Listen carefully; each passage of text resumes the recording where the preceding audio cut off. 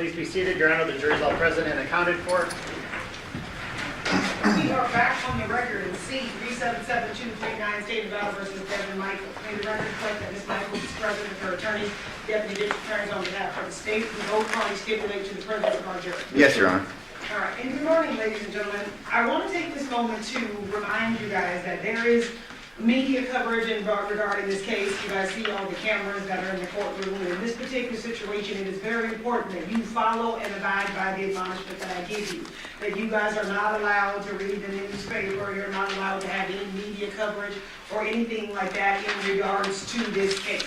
Because you guys are going to determine the facts and the evidence in this case based on what you hear in this courtroom.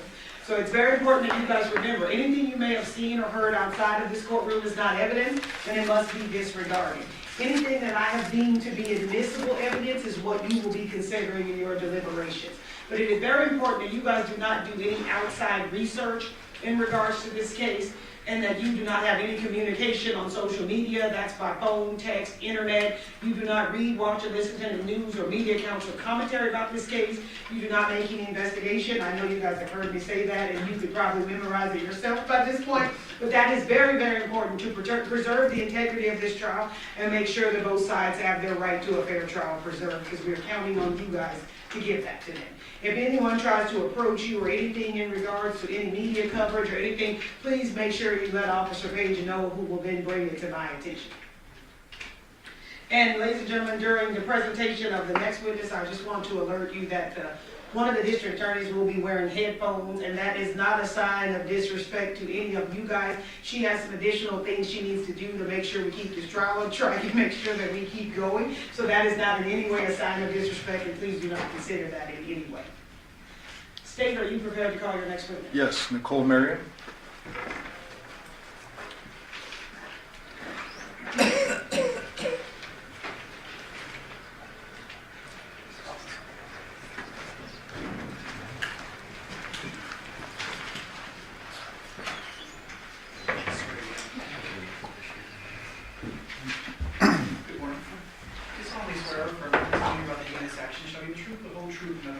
So help you God. Okay. Yes. Thank you. If you please state your full name and then spell it for the record. Nicole Mariam, Nicole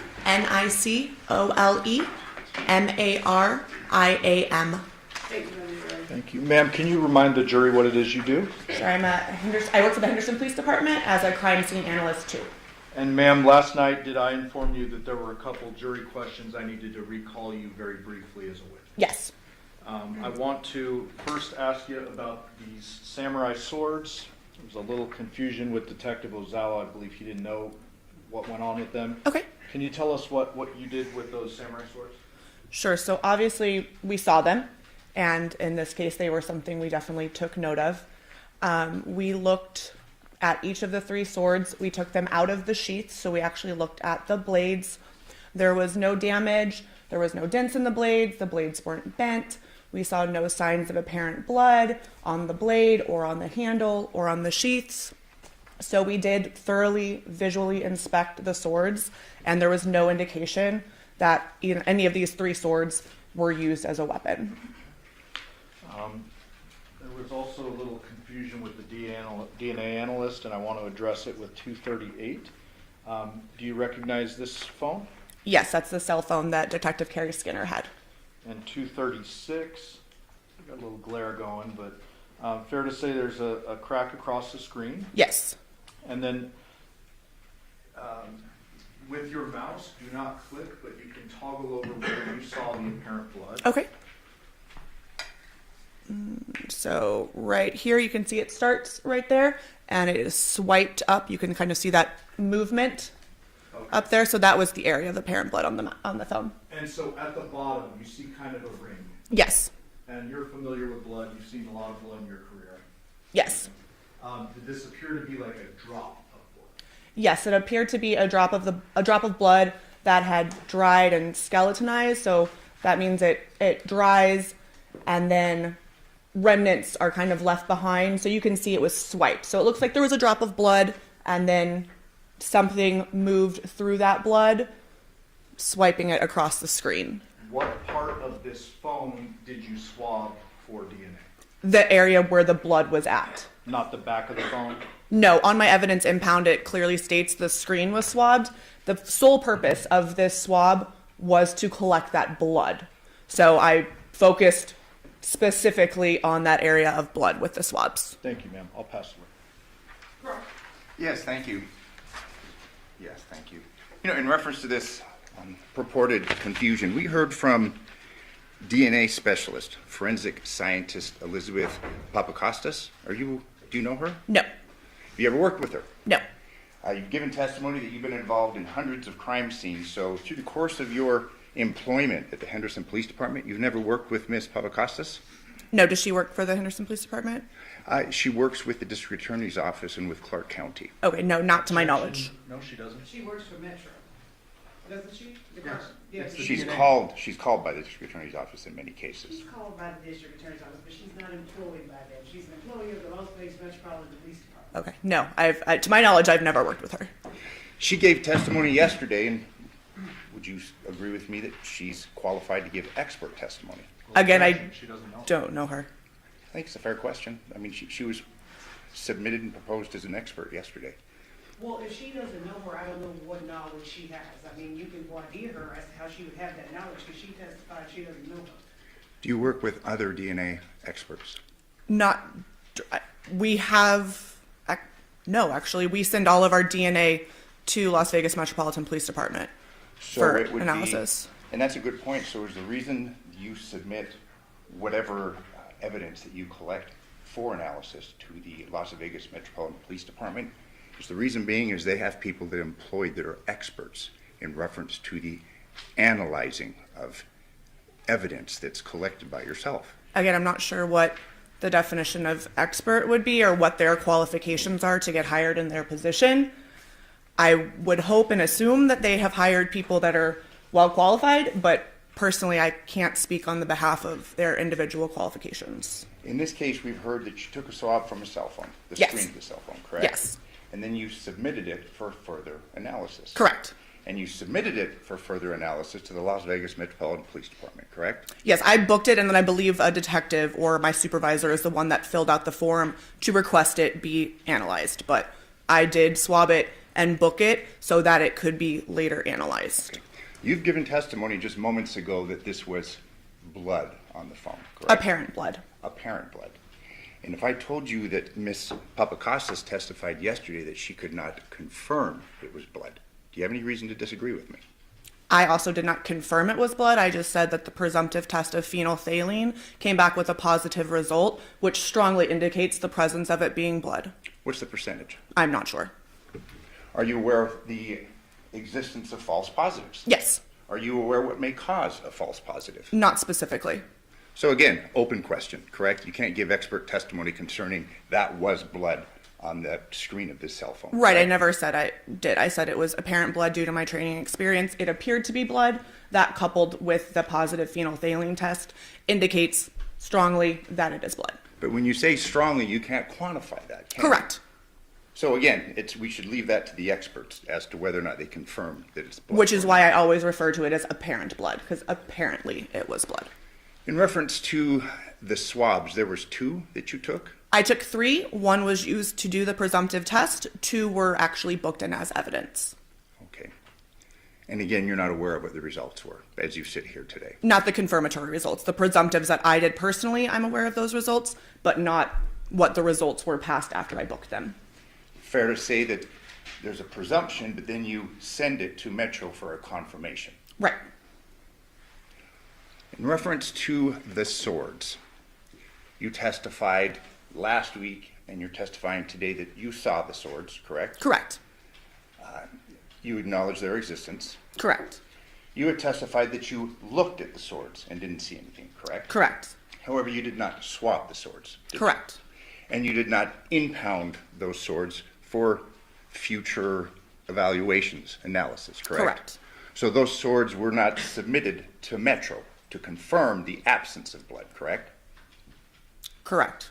They were not submitted to Metro to confirm the absence of any other items of evidentiary value, like DNA, correct? Correct. Fair to say that you can't see DNA. Correct. Obviously, you are aware that the phone was submitted for a DNA analysis. I'm aware that the swab that I took was submitted to be analyzed. Okay. And we've heard testimony concerning that from the expert, Ms. Papakostas.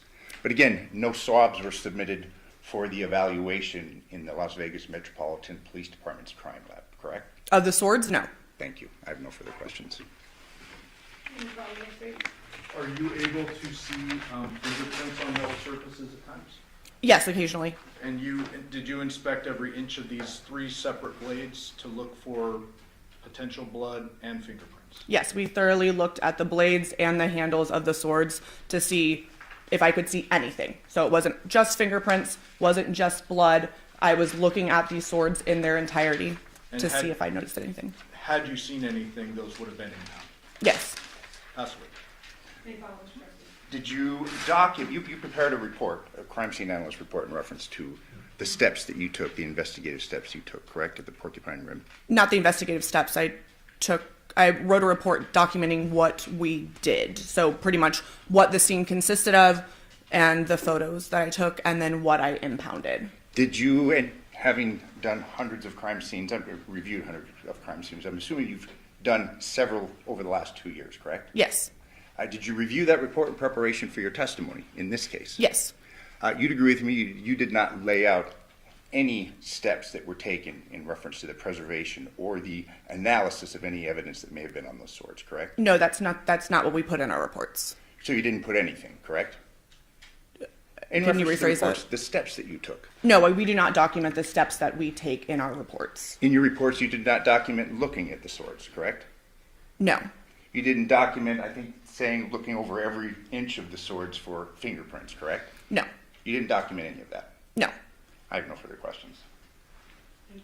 Well, you didn't document it in writing, but you documented by photography, correct? Correct. I took pictures of the swords. I don't document everything that I've looked at in an entire house. That would be, I wouldn't even begin to know how to document every single thing that I look at on a full house in every room, and so no. So as an example, if you take photos of a crime scene and you're looking for a big item like a head, I would presume that pursuant to that search warrant, you're opening every container, looking through every trash can and all that. Yes. We don't necessarily see photography of the trash can dumped out on the ground, but you testify under oath, this is what I observed and saw, and you have expectations through your agency, correct? Right, and I didn't write that I didn't find a head. So it's the same token. Got it. Thank you. Yes. In reference to your preservation of whatever evidence you say you saw or didn't see, that's it. We don't have any photographs of the blades of the swords, do we? Correct, because they weren't really an evidence that we took note of once we saw it. Had there been anything of note, we would have taken pictures of it. You didn't book these for further analysis. You already testified to that, Correct. For the record, Mr. Gillespie, what exhibit is that? It states Exhibit 659. You did document a white table in the garage of the Porcupine residence, correct? I don't recall specifically focusing on a white table. So there are things that you may have done or not done and you can't recall as you sit here. I've taken overall pictures of the rooms in the house. So I take pictures normally from at least 4 angles, all 4 corners of the rooms looking at it. So just because there is a picture of a white table doesn't mean I necessarily focus in on it. Maybe there was something on top of it, or a lot of times I'll take pictures of things on tables or nightstands because I don't necessarily know what's in play or what we're going to find. So I'll take a picture of, say, a table or a nightstand, and then the detectives do their search. And so then if they say, oh, I found this item of evidence on this table, I likely have a picture of the table so we can likely see that evidence that they later found on that table. But, right now but you've been testifying concerning steps that you took specifically in reference to these swords, correct? You've asked me multiple questions Yes. about them, yes. As has the Correct, prosecutor, yes. Correct. And then I ask you about this table, and you don't really have a recollection of what you did or what you didn't do in reference to the white table in the garage. Correct? I don't specifically remember doing anything with a white table. If it's in a picture, it's because it was there and I took a picture of the garage. I have no further questions. Thank you. No, thank you. Ladies and gentlemen, the jury have any questions for this witness? Okay, seeing no response, ma'am, you are excused. Thank you. Thank you very much for your testimony here today.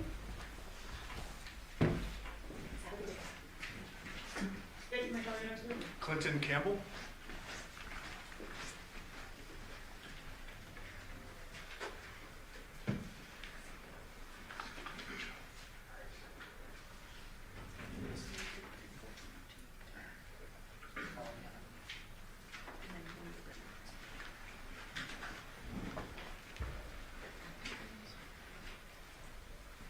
Step out the question story. Solemnly swear that the testimony you're about to give in this action shall be the truth, the whole truth, and nothing but the truth, so help you God. I do. Yes. And officer, please state your full name and then spell it correctly. My name is Clinton Campbell, Clinton, Campbell. What do you do for a living, sir? I am a detective with the Henderson Police Department. I work as a digital forensics examiner in the lab. What does a digital forensics examiner do? Conducts digital forensics on electronic devices. And can you explain generally the process by which you do that? Yes.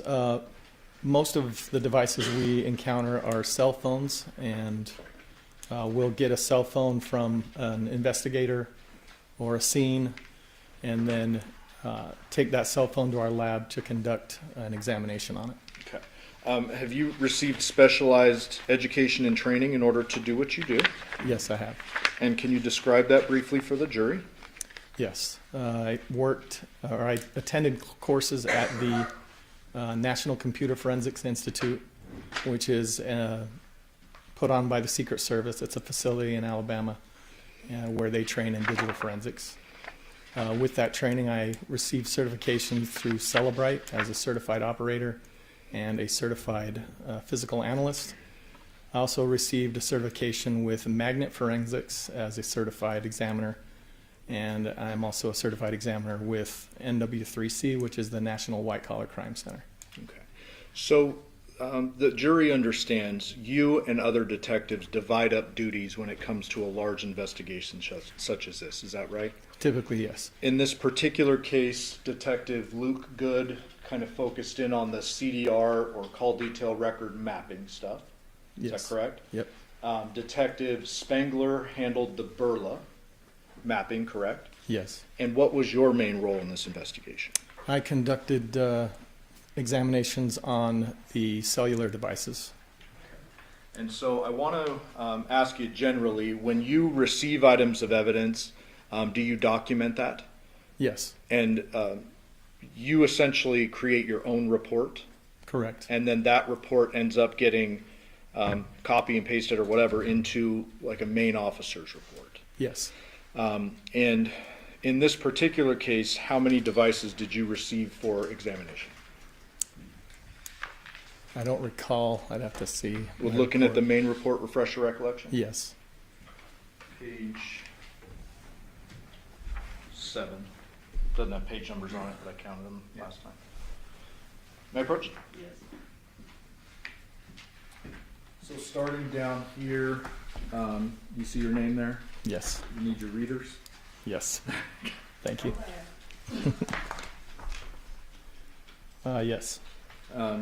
Does that refresh your recollection as to the totality of number of devices? And you can keep going if you need to.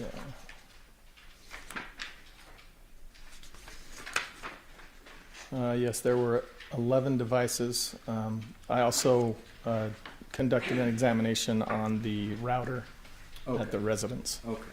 So technically 12 devices. Technically 12 devices. So, in looking at this report, does it appear to be consistent with what you initially documented and then provided to Detective Ozawa? Yes. So with that in mind, I'm going to go through the devices you received and just have you acknowledge yes or no did you receive them, okay? Okay. Samsung Galaxy Z Fold cell phone, Yes. Samsung Galaxy Note 8 cell phone, Yes. Samsung Galaxy A52 5G cell phone, Yes. Apple iPad 6 tablet, Yes. LG GBX ThinQ cell phone, Yes. Samsung Galaxy A52 5G cell phone, another one, Yes. Samsung Galaxy Tab A tablet, Yes. Samsung Galaxy S8 Plus cell phone, Yes. Samsung Galaxy S5 cell phone, Yes. a Lenovo tablet, Yes. and HP laptop? Yes. Okay. And so when you receive all of these devices, is it you and you alone that starts to analyze them, or are you working in tandem? We'll work in tandem typically.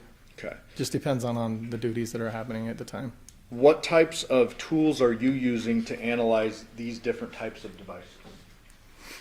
We use hardware and software that's made to analyze the devices, and specifically we'll use like gray key or magnet forensics devices and software, as well as Celebrite. And are you trained in all of those different softwares and hardwares? Yes. Is Celebrite the main one that's used for cell phones? Yes. And was that done in this case? Yes. So, of the 11 devices, did I ask you in preparation for this trial a few weeks ago to go through and see which devices were active during an operative time period? Yes. And did you then narrow the devices down to those that were active during August 6, 2023, around 9 or 10 p.m. up until about 9 a.m. on August 7th of 2023? Yes. And did you narrow that down to 3? I did.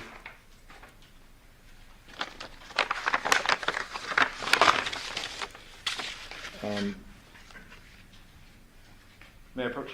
Yes. Before court today, did you and I and the defense attorney and their digital forensics expert sit down and go through a whole bunch of exhibits that we're both going to be addressing? Yes. Do you recognize these 3? Yes. This would be 4, 5, and 6. Yes. And are these downloads from those 3 devices you narrowed down to active during the time period? Yes. I move for the admission of those. What are the numbers? 4, 5, and 6. 4, 5, and 6, any objection? No objection, Your Honor. 4, 5, and 6 will be amended. Thank you.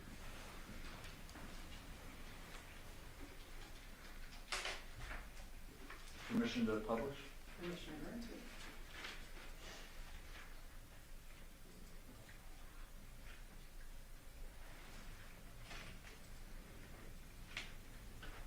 Publishing 4.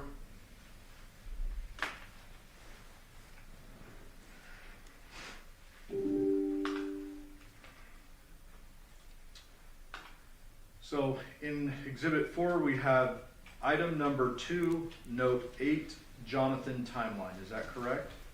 Yes.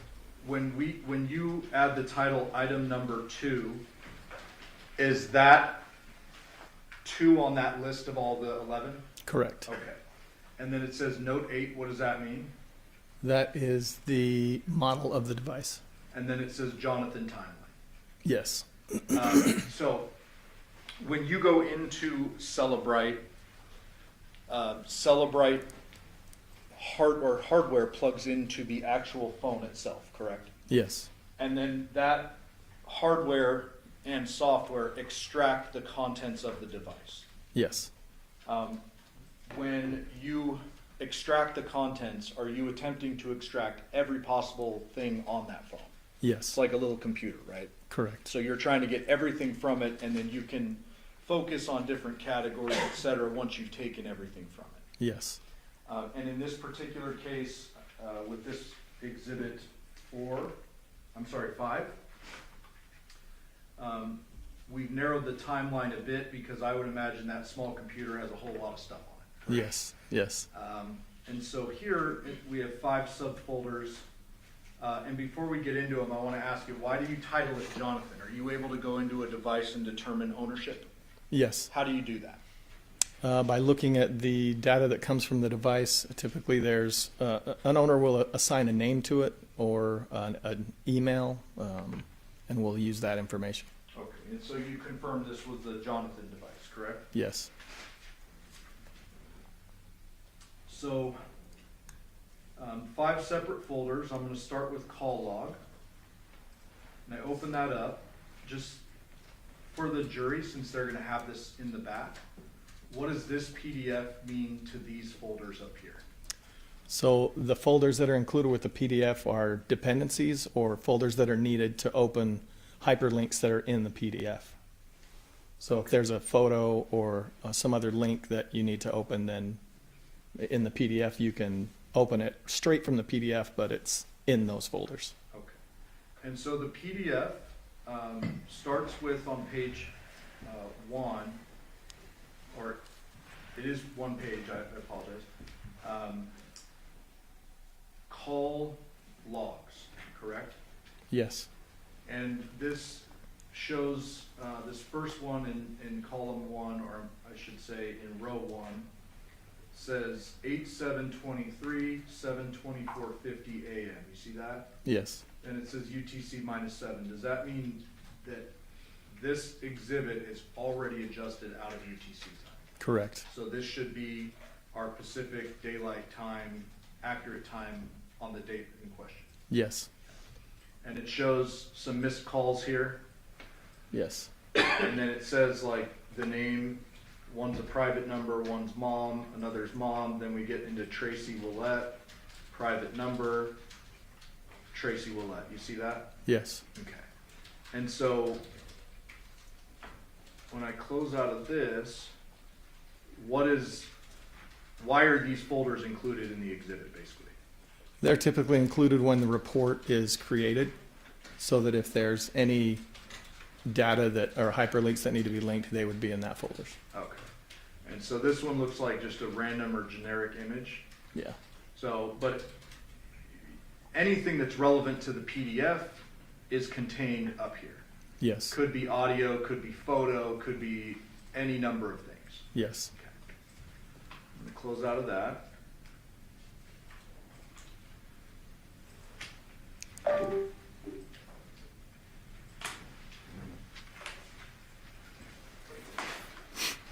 Move on to Exhibit 6.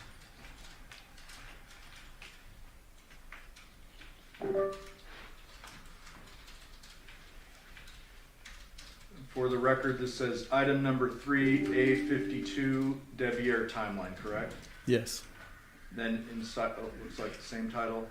And then we have several subfolders here, all associated with the Deviere phone, correct? Yes. Let's start with messages. So again, inside the message folder, there's a PDF, and then there's 3 subfolders, right? Yes. All right. And so this would be, the PDF, I'm sorry, would be the messages that you extracted from the phone during the operative time period. Yes. All in chronological order, not pulling stuff out of it, correct? Correct. Like not picking and choosing, it's just, it's a line, Yeah. a timeline. Yep. From one time frame to the next. Got it. And then again, whatever is up here would be associated with the PDF in that exact folder. Yes.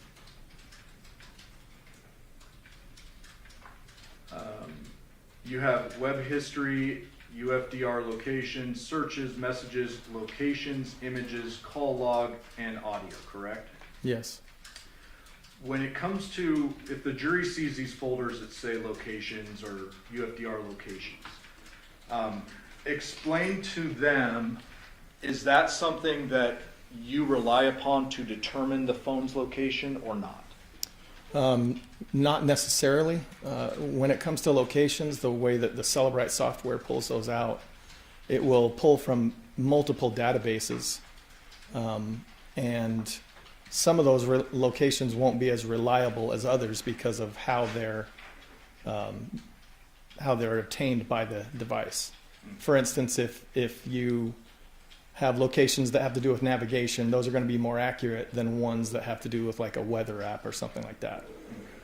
So some of the locations, the time stamps may not be accurate. So it's hard to take every single location we get in these reports as, gold. We have to be careful. And Celebrite actually provides a document that shows which databases are more reliable than others. Okay. So I'm going to row 43, just picking a random one here, August 7th at 4:18 a.m. There's a latitude and longitude over here, correct? Yes. Oh, jeez.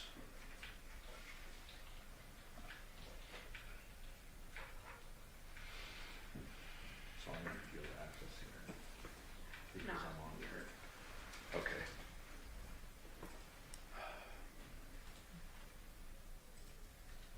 So I can log out of this.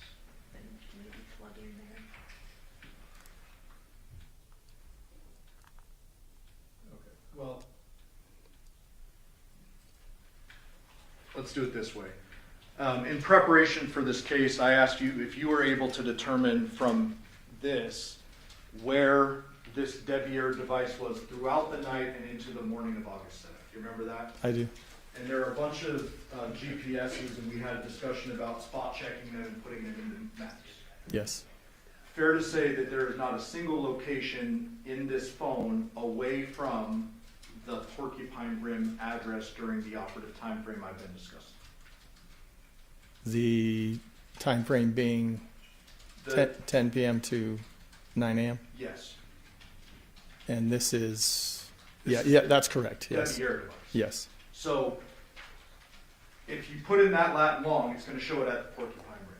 Yes. But what you're telling the jury is that that's not necessarily as reliable as you would like to rely on. Correct. So when it comes to location data, even though it shows them at Porcupine Rim all night, they need to be relying on the CDR cell towers for location. It's a second verification. Yes. Okay. And if the jury wants, they can just check these on a map. Yes, they could. Latin law. Yes.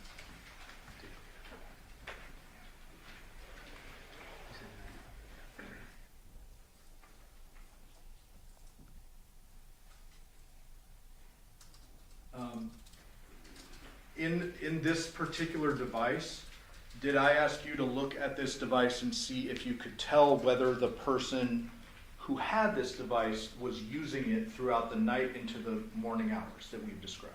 Yes. Were you able to see if there was active use on the phone? There was some. Yes. What was that? There was some Instagram use. There were messages, I think, sent. That's what I can recall right now. Okay. So, are there going to be artifacts on a phone if, for example, if someone leaves a phone alone, goes somewhere else, and that phone receives, say, an email in the background, is that going to show as received? It can show on the phone. Yes. Okay. But you do have ways, for example, with Instagram to see if someone's actively using the device. Depending on what database that data comes from that you're looking at. And with this exhibit, this Deviere phone, this device, was it in use, like active use, not passive use, At certain points, yes. throughout the evening Yes. and into the morning? I don't recall the time frames for into the morning. Can you look at, where can I go to show you, or to verify? Was it the web history? Well, these are just specific to the time frame, and we've pulled out just the messages, just the searches. So I don't. You'd have to pull up the UFDR report Okay. to see some of that other stuff. And the UFDR report is actually the whole thing? Yes. Okay, so we're going to pause there. We're going to have a break, and we might do that a Okay. little bit later. So let's move on. Going now to exhibit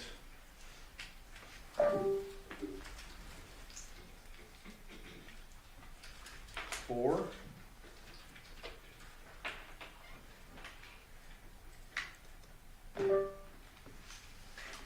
That says item number 1, Z-fold Devyn timeline, correct? Yes. This particular device, did you actually download this 2 times? I only downloaded it once. You being your team.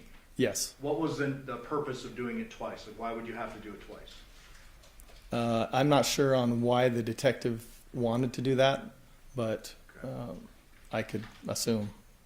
Okay, well, I don't want you to assume, but fair to say you're asked to check it once up until August 7th when the phone is seized, Yes. and then you're asked again to do it all the way up until August 16th or so? Yes. Okay. So within this folder,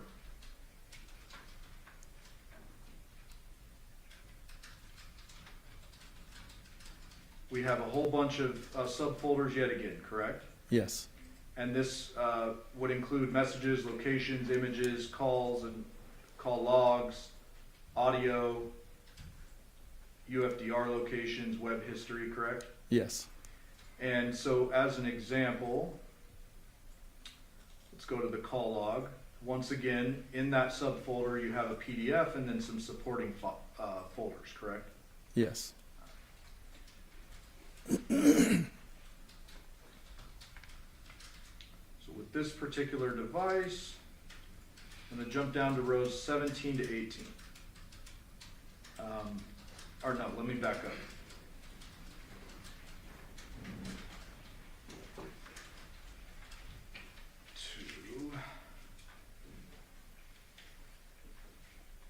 So let's start with 10:58 p.m.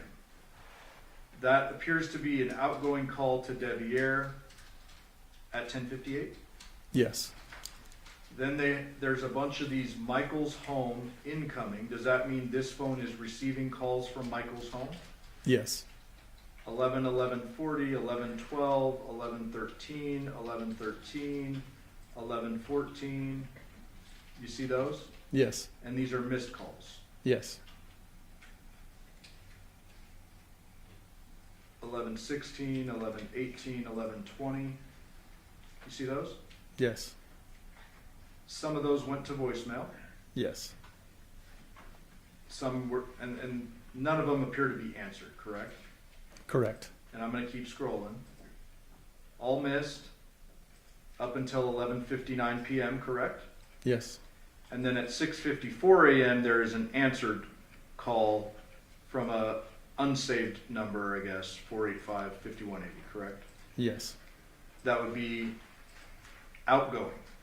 Yes. And then an outgoing call to Johnathan Willette at 7:24 a.m. Yes. And it says answered. Yes. At 8:13 a.m. outgoing call to Johnathan Willette and it says answered. Yes.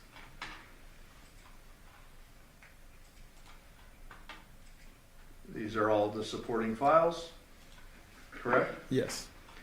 And that would be the same for any of these folders that the jury would like to open. Correct.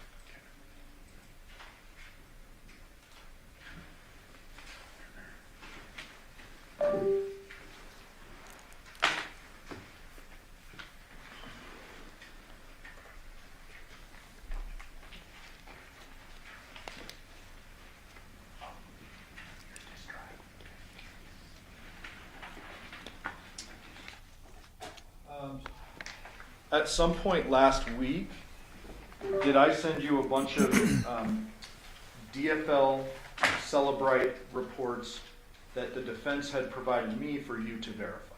Yes.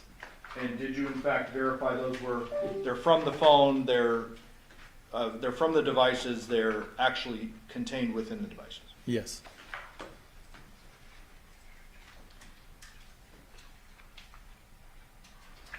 Mike, I'm going to need your exhibits just to say that. I gave everything back to their email. Okay. Oh, actually, no, they didn't. No, may I approach? And just for the record, the things you reviewed started with defense A through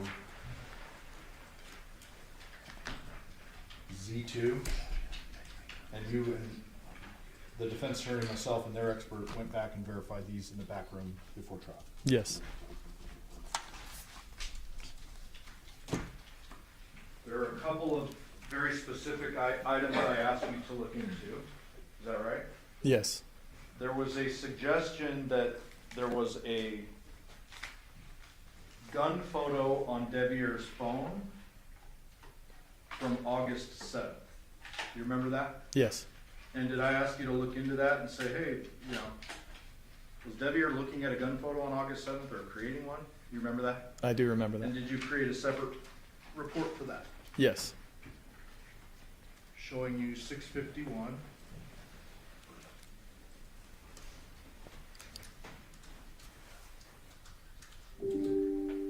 Does that appear to be the 6-hour photos that we referenced? Yes. And Judge, I'd move for the admission of 651. Any objection? We could approach briefly. Yes.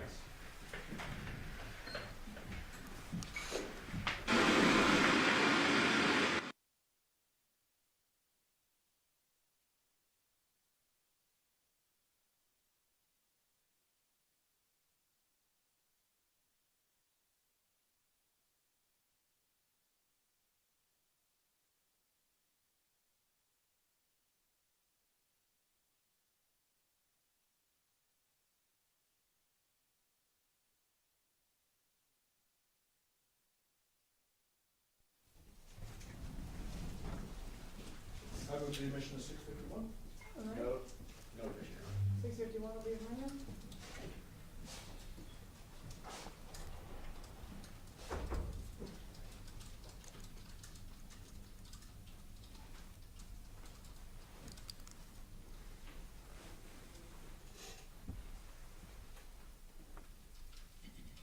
This isn't. Well, it's not loading yet. Oh, maybe it is. Yeah, it's a blank page, that first one. Sorry.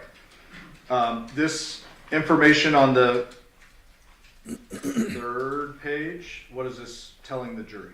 It's basically the version of the software that we used, and then the device information or the source extraction. Got it.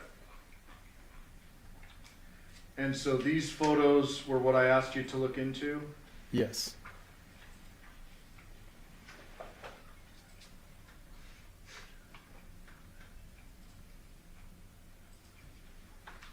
Okay, so let's start as an example with 12, row 12.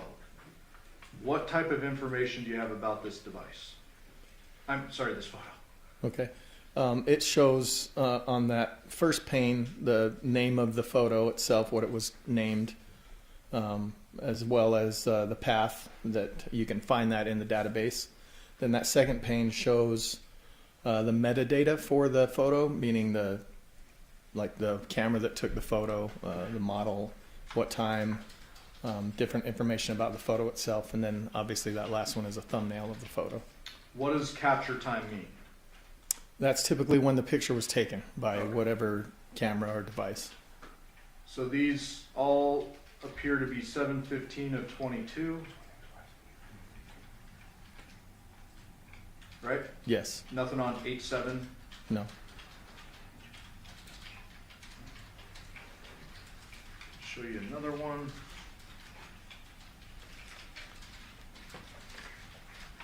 $664.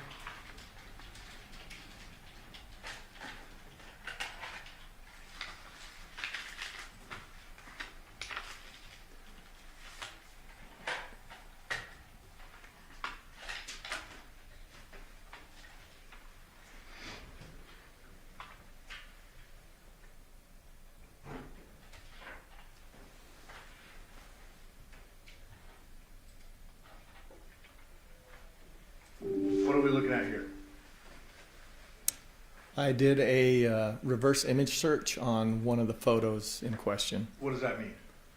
Means you can take basically a image or a photo that you have, put it into Google. Google will look at that picture and tell you if it exists anywhere else on the internet, for instance. And this is with specific regard to a gun photo that I provided to you that was provided to me by the defense. Yes. I move for the admission of 664. Any objection to 654? No, Your Honor. 654 will be amended.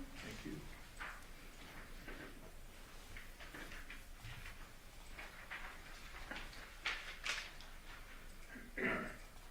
So showing you the second image there, this one is the image in question, correct? Yes. Purported to be Deviere on August 7th, but you actually researched that, correct? Yes. What are we seeing here? So I placed that photo in Google Images so that I could do a reverse search, and it was on several different websites. This one was one of them. It's like a concealed carry website where they're advertising. Okay. And what does cache data mean? So applications will cache photos into folders or databases so that you can see them later more quickly. If you're familiar with like internet cookies, it's the same, it's a similar concept where it'll fill a folder with photos. For instance, if you're scrolling on Instagram, it will cache photos that you may not have gotten to yet in that feed, so that when you get there, or if you have a poor signal, you'll be able to see those faster. So fair to say that this particular image is not an image captured on Deviere's device on August 7th of 2023. Yeah, it was in a cache folder.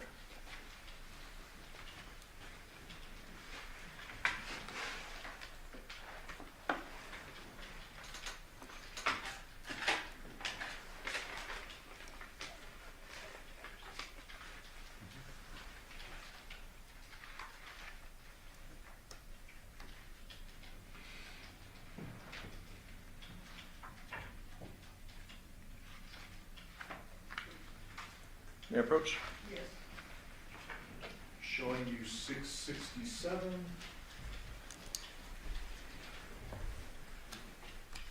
My kid would have a field day with that exhibit number. You recognize this? Yes. This is one that was prepared just in the back with defense counsel and their expert. Is that right? Yes. I move for the admission of 667. Any objection to 667? No, your objection. Okay, 667 will be a minute. Fair to say this is a text conversation between Deviere Willette and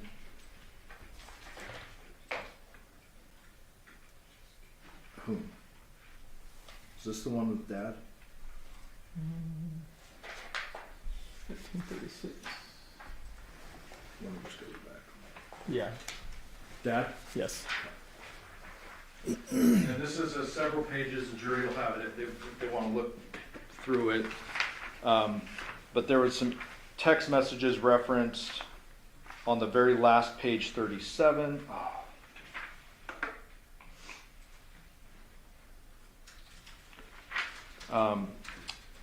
Where apparently Dad is finding out Deviere is married to the defendant. Does that look about right? Yes. And then there's a last text between them was July 2nd of 23, and it's to Deviere, Dad saying, hey. Yes.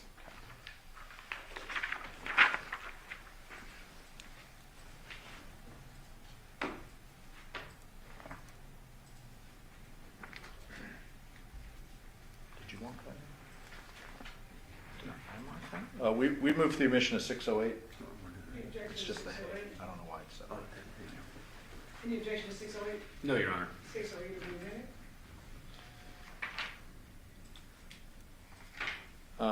May I approach? Yes. Showing you 614. Recognize that? Yes. And is that an image from the defendant's phone? Yes. The Devyn phone? Yes. Move for the admission of 614. Any objection to 614? No, Your Honor. 614 will be a minute. That's just one of many family type photos. Yes.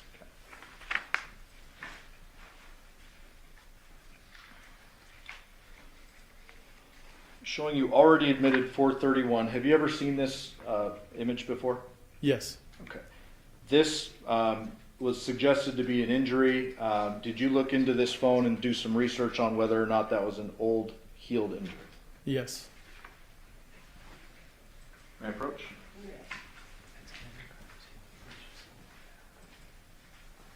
Yes.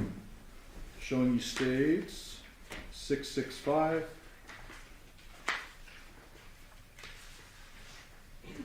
Recognize that? Yes. What does that appear to be? Photos of a hand injury. Okay.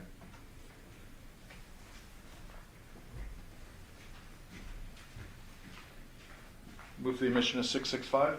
Any objection to 665? No, Your Honor. No, Your Honor. 665 will be admitted. And just for the record, I'm putting back up 431. That was the right hand first two knuckles, the pointer finger and the middle finger, correct? Yes. I'm just going to jump to, well, let's start with page 1.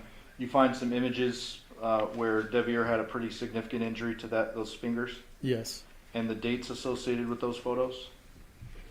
Yeah, I can't read that on the screen. Sorry. December 5th of 2022. We've got some digger photos just to show you.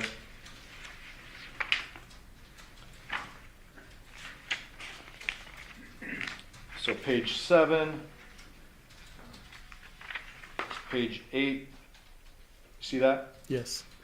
Fair to say pretty significant gashes to the pointer finger and the middle finger at the knuckle. Yes.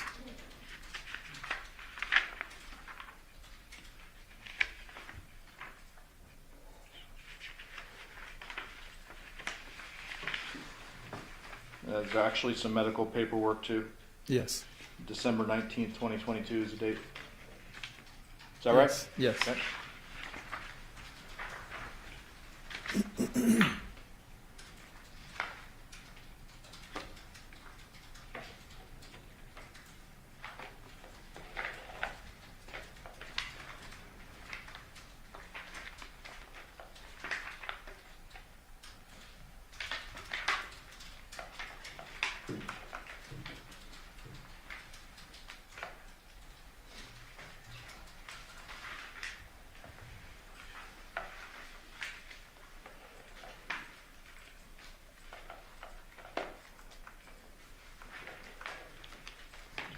Your exhibit U. I gave him all the exhibits.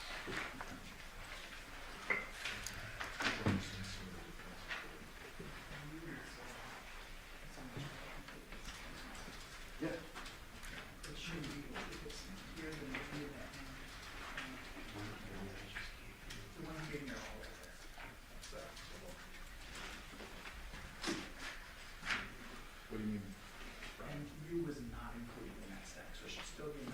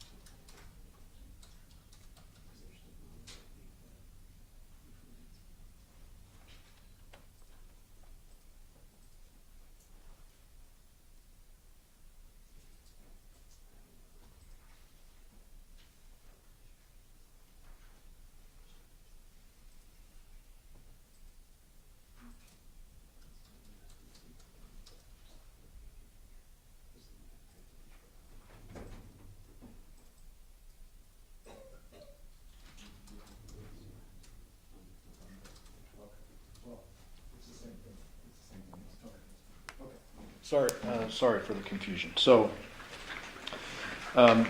defense L through U is a conversation that I think the jury has seen part of this. Liar, cheater, liar, cheater. Yes. Who is this conversation between?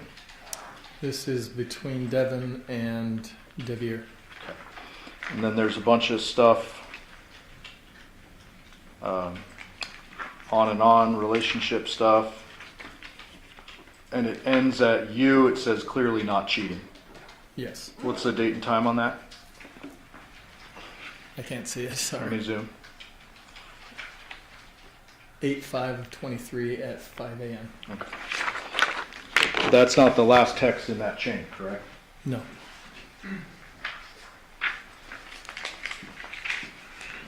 Showing you exhibit 666. Yes. This includes the last text on that chain, correct? Yes. I've moved the omission of 666. No objection. 666 will be in there. So on page 1, this is the liar cheater stuff, right? Yes. I want a divorce, a bunch of back and forth. Keep your alcohol. I'll see you when I'm off. Don't bother. It's not a bother. I really am over this. Honestly, sounds like a personal problem. Just relationship stuff, right? Yes. And then at the end, what we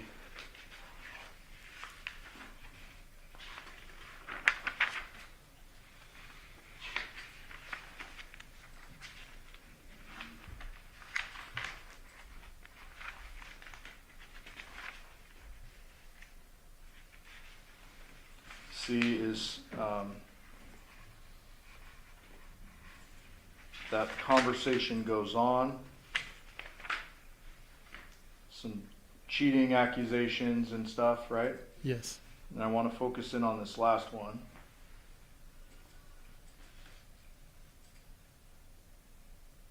What are we looking at here? It's a message sent on 8/6/23 at 10:36 p.m. from Deviere to Devyn's device. It says, "See you when you get back. I'm going to sleep. Girls are in the living room." At 10:36 p.m. on August 6th of 2023. Yes.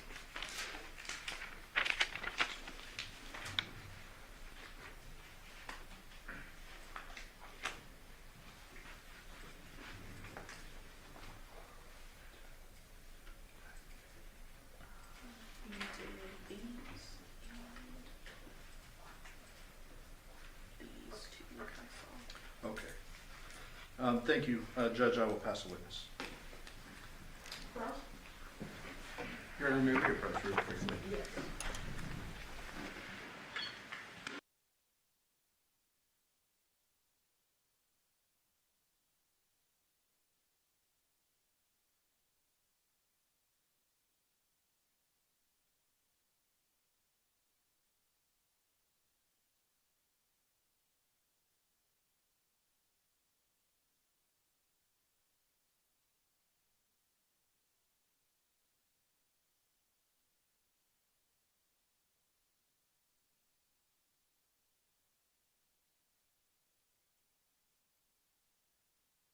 All right, ladies and gentlemen, before we cross-examine this witness, we are going to take our long recess.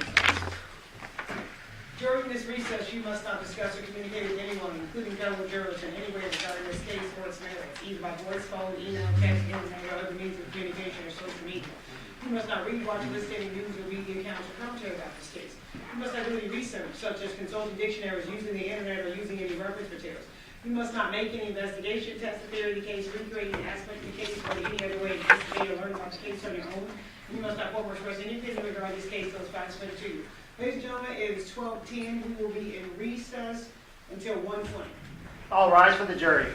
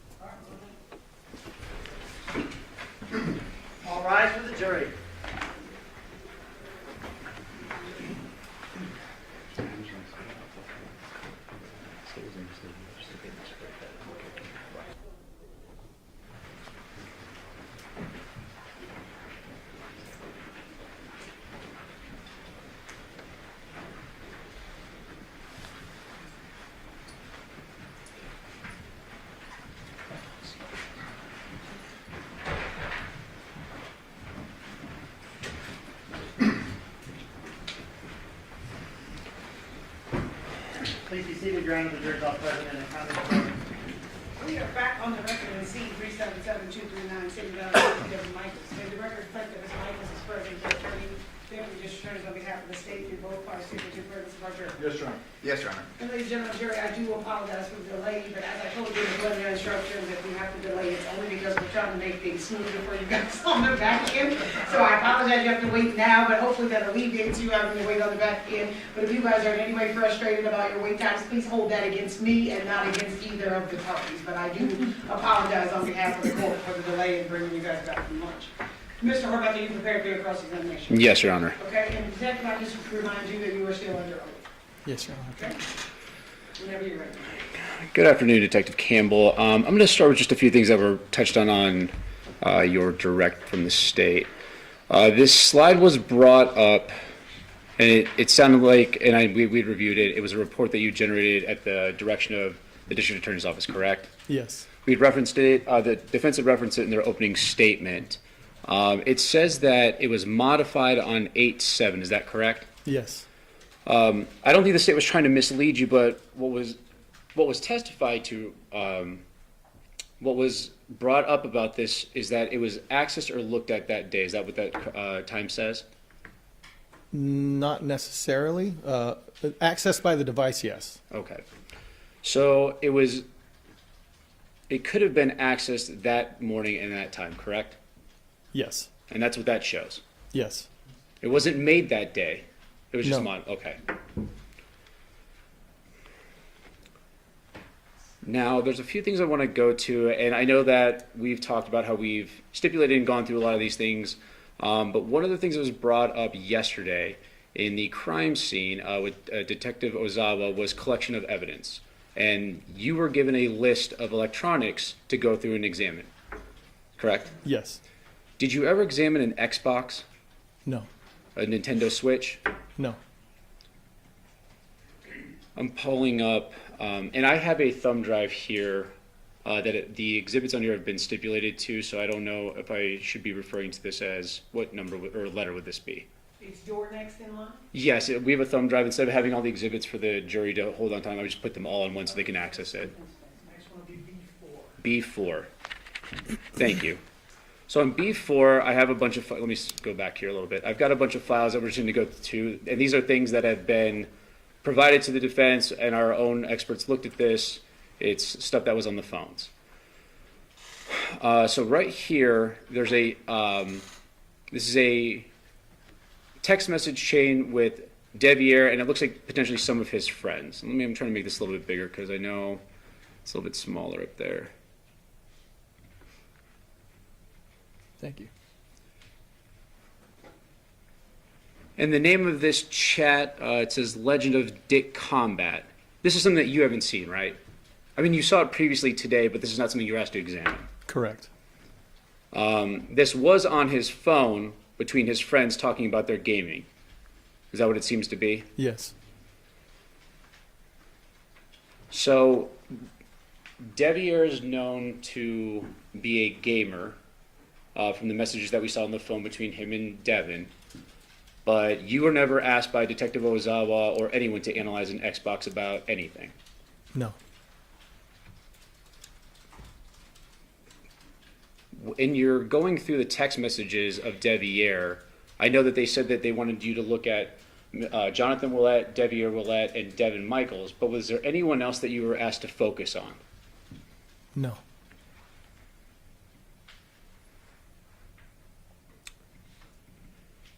And just kind of along the same lines of the Xbox, do you recognize these at all? Just from what I saw previously today. And if I told you they were from Devyn's cell phone showing Deviere playing Xbox and that he was a big gamer, would you have any reason to disagree with me? No.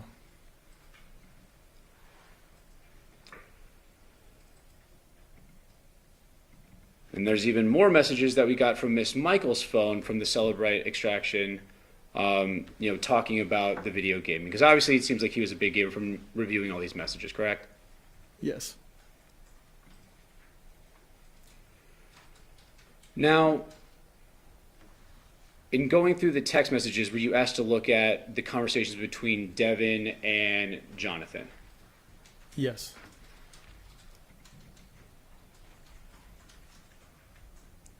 And I apologize, I'm just going through the files that are on this thumb drive that's on B4. And I'll say the name of the file on this one, I apologize. It's Devyn and Johnathan Cordial Conversations PDF. So I'm actually going to go down a little bit here. It's kind of a long file. I think there's 200 and some pages on this extraction that was created.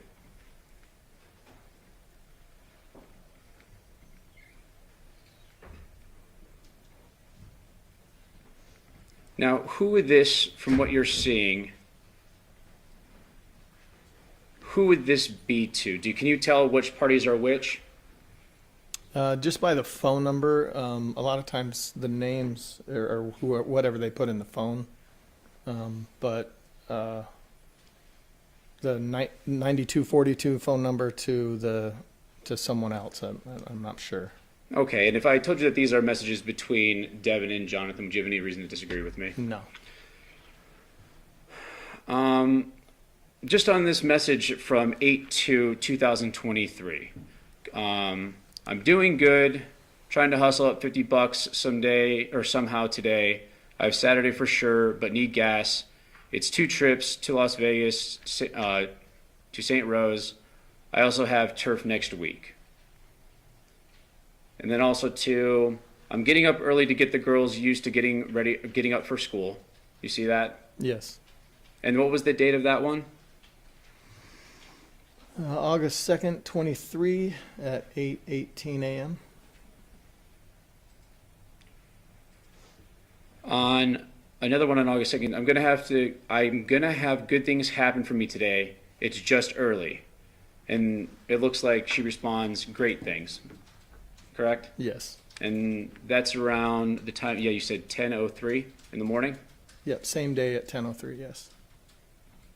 I'm going to jump around a little bit because this will go back to the jury and they'll be able to see these conversations.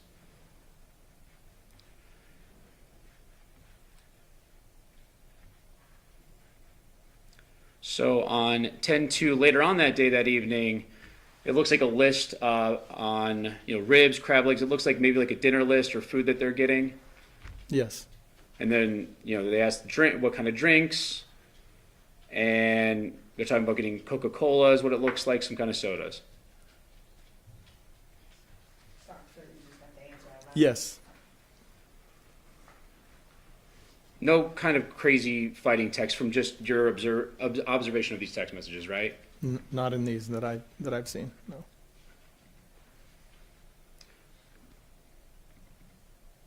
And this is Devyn Michael or a Devyn medical activity file on the thumb drive. So if I zoom in on this, do you know which phone this came from?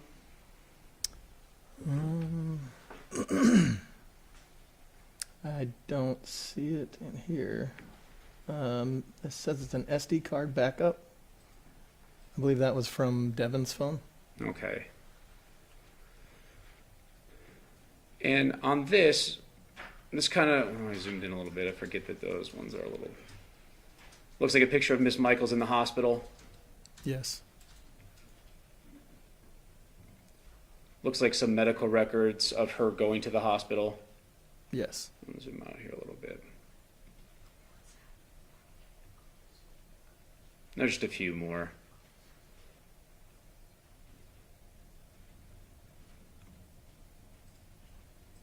And that's what that looks like. Those came from her phone, correct? Yes. Now I'm going between Devyn and Deviere. And who does this look like? I'm sorry, Devyn and Deviere. These messages were previously addressed by the state, but we put them in here for the jury to have easier access to them. But do you know what number that came from, that top one? Liar, cheater, liar, cheater? It doesn't look like it shows here.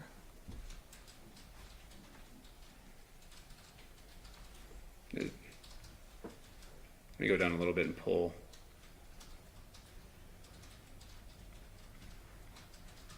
See if I get the extraction one. There you go. Does it say there? Yes. And that's That's Deviere's Deviere's phone. phone, yes. Okay. I'm sorry, counsel, can we just clarify who sent it? That was Devyn to Deviere.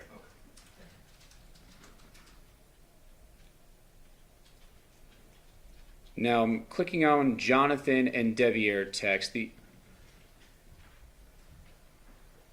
This appears to be the extraction from Deviere, or the exchange between Johnathan and Deviere, correct? Yes.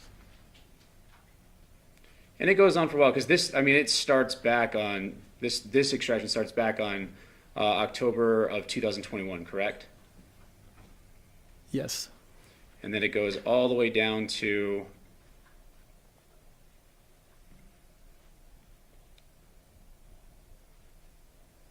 looks like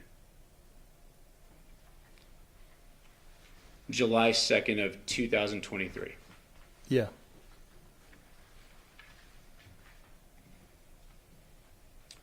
And the last file on this is the messages between Johnathan and Yoko. Is that what those numbers look like up there in this exchange? I'm sorry, I know I'm kind of moving it fast. Between Johnathan and who? Yoko. Yeah. I'm sorry, yes.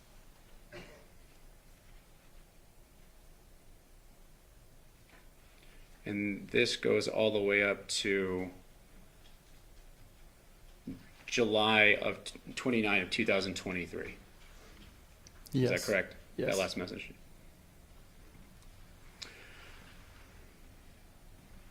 All right. Now, I'm not going to bore the jury with all the exhibits. Like I said, they'll have an opportunity to look back at them, and we may touch on them later on. But what I'd like to do is, in your investigation, you weren't at the crime scene, were you? I was. Okay, and then was it you that takes inventory of what to grab, or does someone tell you? That time someone told me. Okay, that time meaning when you were out there or when they came to your office and said, hey, go through all of these? Meaning since that time, we've gone to scenes to collect devices ourselves. Okay. And have input on what gets collected. So when you show up to the scene, do you have an idea of what's going on, or do they just say some devices need to be looked at or collected and you're going to take them back and look at them? So in this particular instance, I was called just to go and do a router interrogation. So I had no input or had no idea what other devices were there. Were you given any details of the incident before arriving? Yes. On the router, that was a Cox panoramic router, correct? Sound Yes. about right? Yes. During that interrogation, you took photos of the device and you collected the router logs that were stored. Yes. And you took photos of that? I don't recall if I took photos of the logs or if I just collected the logs themselves. But I took photos of the router. You didn't, okay. And the evidence law or the logs, were those given to Detective Ozawa, or do you make the determination on what's important and give it to Detective Ozawa? I don't recall if they were given to Detective Ozawa. Normally I would, yes, but I don't recall in this case if they were. And if I told you, let me see here. In your report, in the 18-page report authored by Detective Ozawa, let me see here.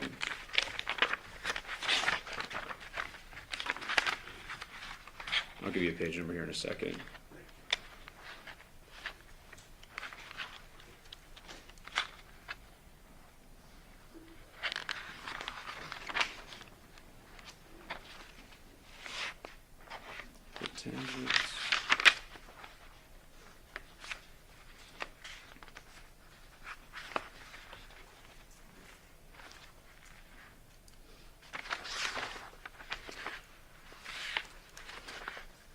Court's indulgence. I don't know if it's not a number. I know you were kind of here. Still. Still there. Sorry. 1 second.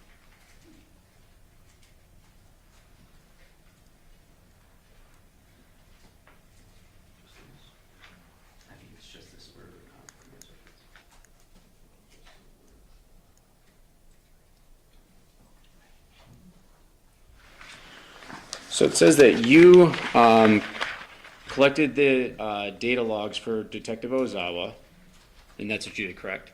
Yes. And did you discuss that with him, or the findings of those? I don't recall for sure. I probably did.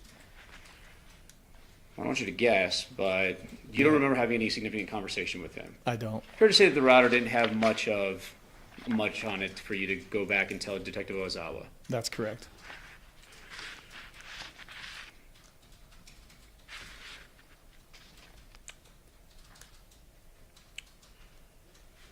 Now, when we get into all the devices, there's 11 devices plus the router, so there's 12. Yes. I want to clear up a few things. You talked about the UFDR is the complete file, or download of a phone. Yes. Now, the UFDR, is that something that when you extract the phone, you get that and that's the whole thing, or is that something you are focused in on? No, the UFDR is like a full report of all the data from the phone. Is a UFDR different from a UD or UFD? I'm not sure. The UFDR it's a reader, right? Like you put in it all and it spits out what you are kind of looking for, right? So if it's a certain phone, certain things, it's marked for you, correct? What do you mean by marked? When you put it in, when you extract the phone, and then you put it into the Celebrite, and then do you click on what you want, or is it just a whole thing and then you decide what to do? There are different settings in the Celebrite software, but where you can, after it's processed everything in Physical Analyzer, you can create a UFDR report. You can change that by time frame if you want, or include just specific things. And then was your UFDR, was it one that you had changed the settings on, or was it a full one? It was a full one. Okay. Now, when you go through your findings on these phones, you give it to Detective Ozawa to review. Yes. Is there any other follow-up of the phone? Or let me go back. You go through the phones, you tell Detective Ozawa, and that's it, right? Normally, yes. If in a complete investigation, wouldn't a detective like Detective Ozawa want to go further deep into it, or does he just trust what you have to say? No, so typically we'll create that report of the entire of data from the phone. Mm-hmm. We'll give that to the investigator, and the investigator will go through and look for the evidence that they need. Do you know if Detective Ozawa went through this? I don't know.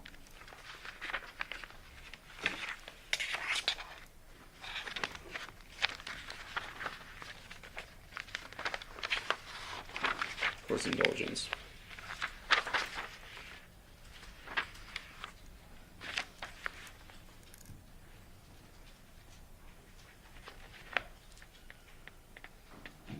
In your report to Detective Ozawa, it states what you did, but I'm kind of hitting on this is that it's his job to follow up, and if there's anything more that he wants, he's got to. It's up to him, correct? Yes. Any more artifacts, meaning the things that potentially could be left out of a report, or if there's anything that he goes through? Yes. And did he ever do that with any of the devices? I don't know.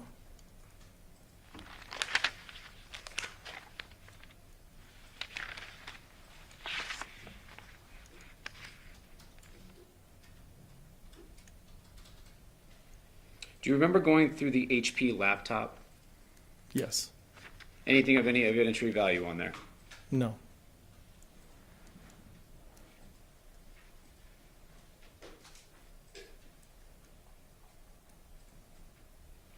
And so Detective Ozawa, when he went through his investigation, as far as you know, he just used your report to come to his conclusions or direct his investigation, correct?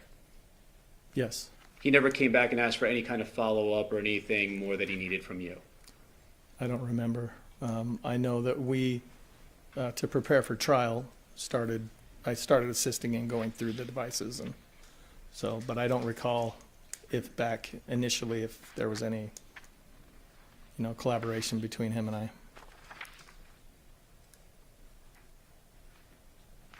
Court's indulgence.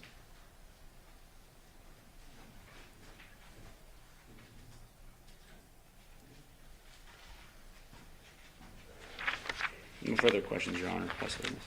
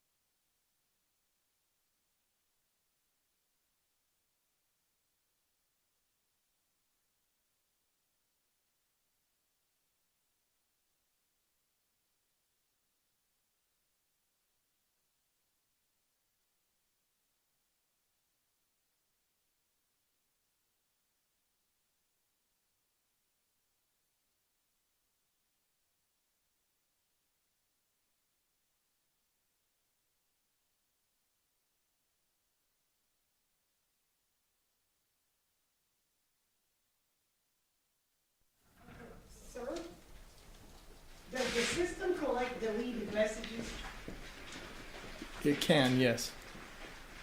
Would examination of the home router show activity for the Nintendo Switch or the Xbox? Most of the activity that on this router in specifically and on most routers is it just shows connected devices.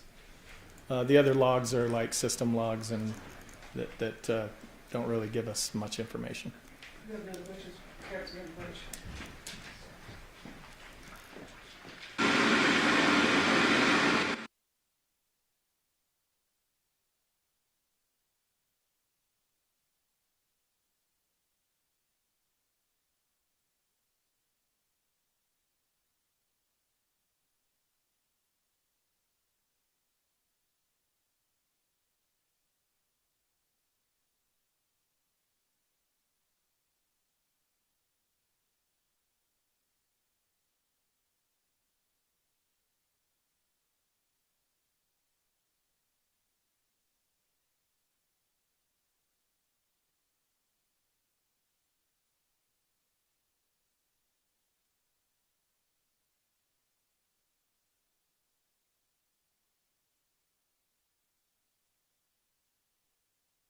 Ladies and gentlemen, do you have any further questions for this witness?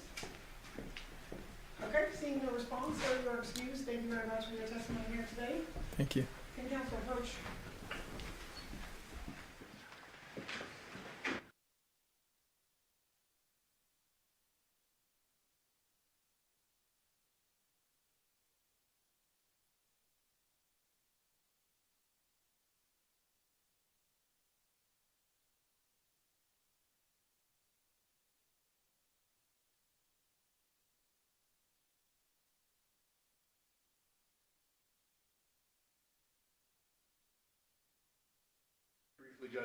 Detective, with regard to the router at home, you said it logs connected devices. Yes. If I have a router at my home, my line connects to it, it's going to show connected consistently, correct?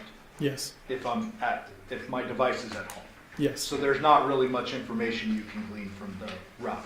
Correct. Thank you.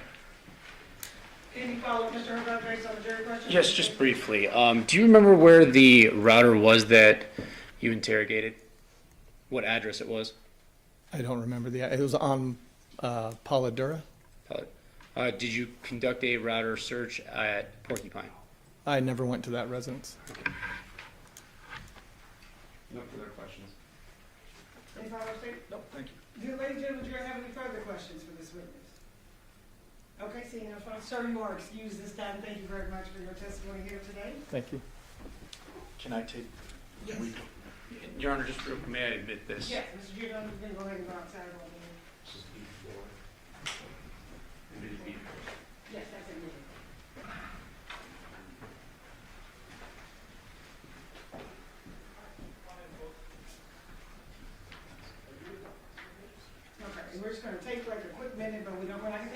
test. I know you guys are looking at the up and down.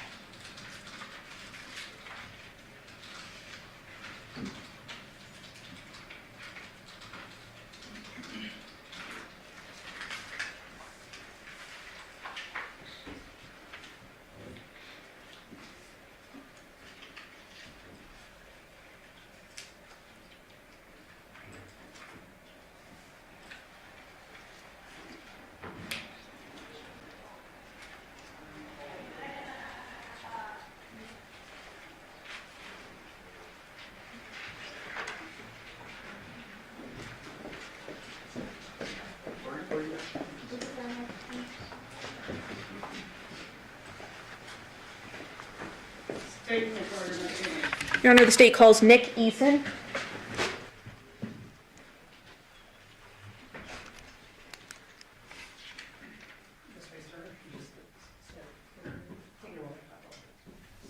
Raise your right hand, please, and swear. You solemnly swear or affirm the testimony you're about to give this action shall be the truth, the whole truth, and nothing but the truth, so help you God. Yes, sir. Yes. And sir, if you please state your full name and then spell it for the record. Sure. My full name is Nicholas Anthony Eason. First name Nicholas, Anthony Anthony. Last name Eason, Eason. Who do you work for, sir? I work for Clark County Family Services. What is your position there? I'm a family services supervisor. Turning your attention to October 16th of 2022, did you come into contact with a family, that being Devyn Michaels and Johnathan Willette's family? Yes. And you became the primary on that case, correct? Yes. You made contact with Devyn Michaels during that case, correct? Yes. You met with the two daughters of those two individuals, correct? Yes. You met with Johnathan Willette multiple times, correct? Yes. And he was a pleasant person, correct? Yes. He was very polite. Yes. He seemed very appreciative of your work. Yes. Seemed very organic, your conversations with him. Yes. Not hateful toward Devyn in any way. No. And there were just relationship things between them that just didn't work, correct? To my understanding, yes. Now, as far as meeting with Devyn Michaels, what were briefly your observations of her when you met with her? So when I met with Devyn, she presented as what I would describe as bizarre. Her affect and presentation to questions were inappropriate given the nature of the questions.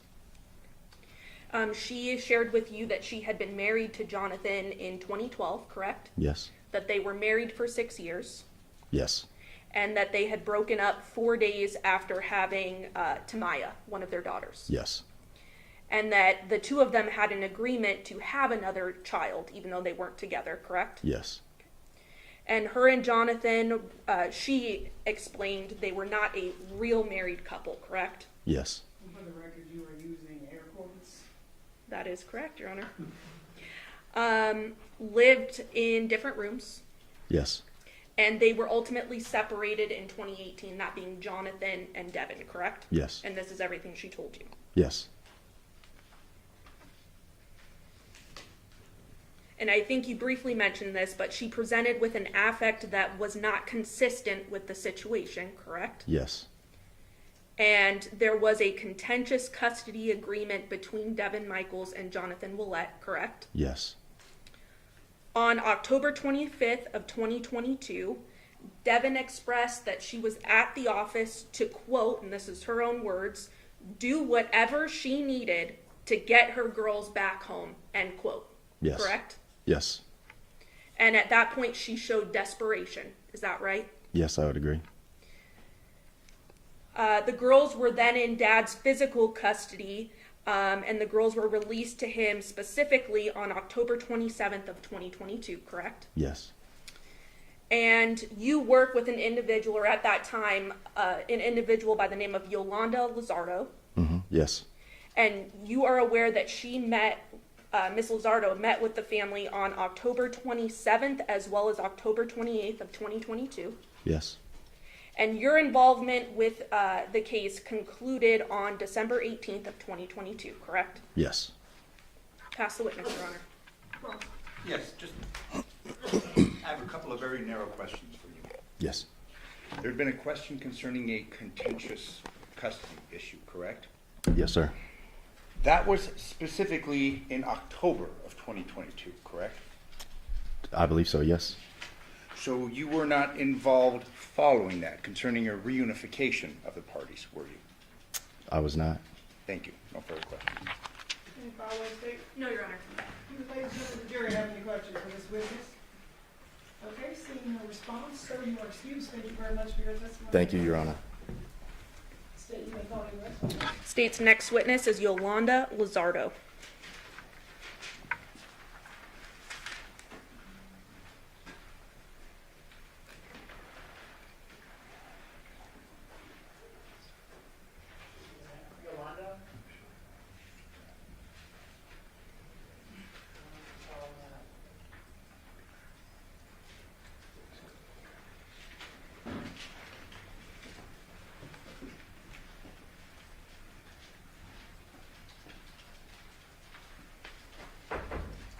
Step on up here and stand. The first one to swear you in. Good afternoon. Hi. You solemnly swear or affirm the testimony you're about to give in this action shall be the truth, the whole truth, and nothing but the truth, so help you God? I do. Nancy. Now, if you please state your full name and spell it for the record. Yolanda Lizardo, Yolanda, last name Lizardo. Ma'am, were you employed with the Department of Family Services back in 2022? Yes, At some point, did you become involved in a custody matter involving Tamaya and Janaea? yes, And those were two minor girls.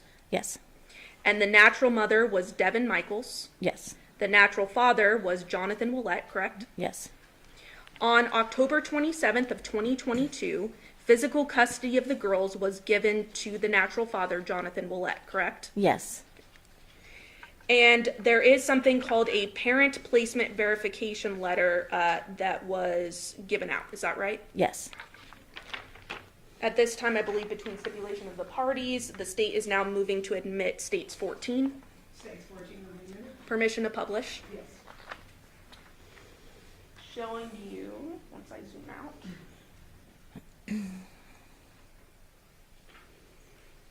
States 14 there, is that parent placement verification letter we just spoke about? yes, And the two minor children's names are there, Tamaya Baker and Janaea Willette, correct? yes, With, I assume, their birthdays, correct? yes, And then down below is your signature there. yes, And it states that they have been reunified with their natural father, Johnathan Willette, on October 27th, 2022. yes, Correct. yes, And that he resided at 2698 Paladura Drive in Henderson, Nevada, 89074. correct, and that's your signature at the bottom. Yes, it is. And you dated this October 27th of 2022, correct? Yes. Now, this was a contentious agreement between the mother and the father, correct? Yes. The mother, Devyn, was not happy about it. Is that correct? Yes. The father, Johnathan, was happy about getting the girls, correct? Yes. Deviere was not involved in the custody agreement, correct? Yes. And you yourself met with Dad, Johnathan Willette, multiple times. Yes. You were actually the individual that gave the two minor girls to the father, Johnathan, correct? Yes. And you conducted follow-up at the father's home with the girls. Yes. The girls appeared happy with Dad during those follow-ups. Yes.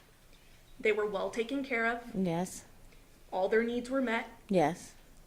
Once they were placed with their father, Johnathan, you had no further involvement. Is that correct? Yes. Pass the witness. Cross. Your involvement was just primarily limited to October of 2022, correct? Yes. Nothing following that? No. No further questions? Any follow-up, Sam? No, Your Honor. Do the ladies and gentlemen of the jury have any questions for this witness? Okay, seeing no response, Aye. ma'am, you are excused. Thank you very much. Thank you. for being here today. Statement upon the next witness. State's next witness is Elizabeth Lemons Woods.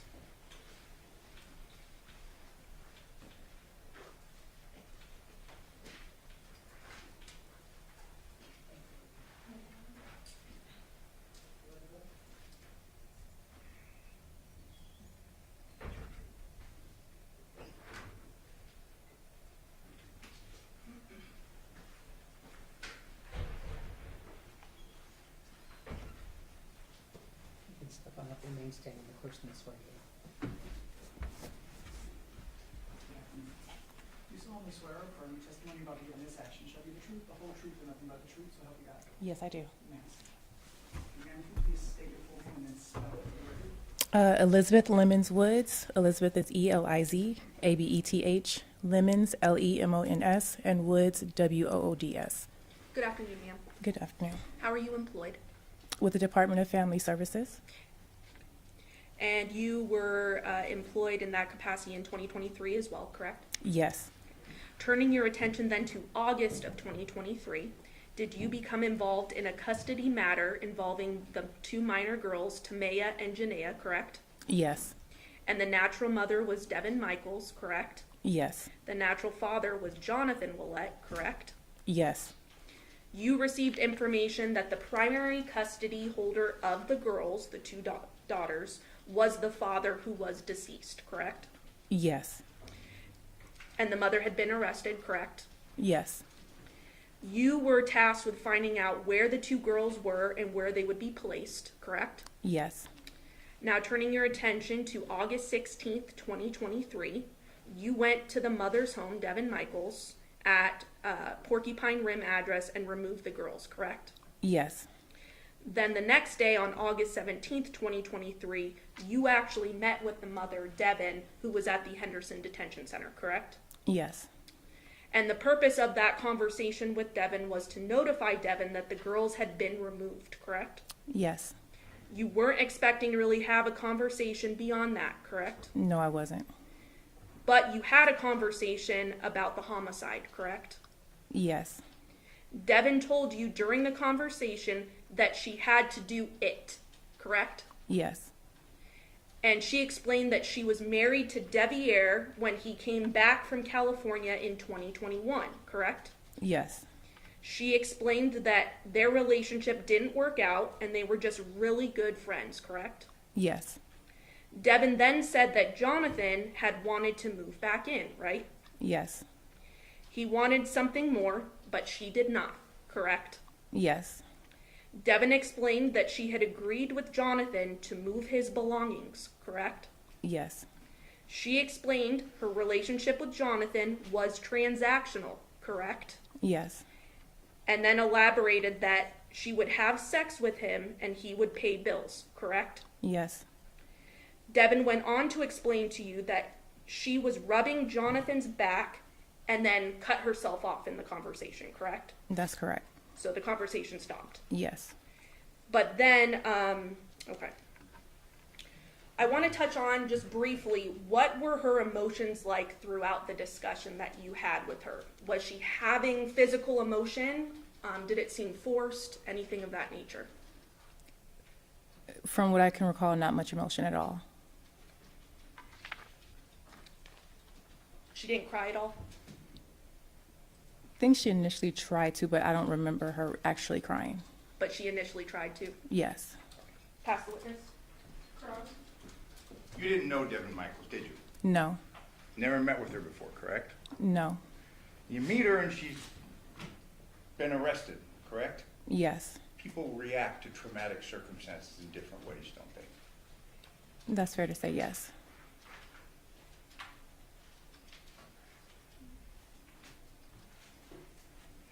What, here, approach, just briefly.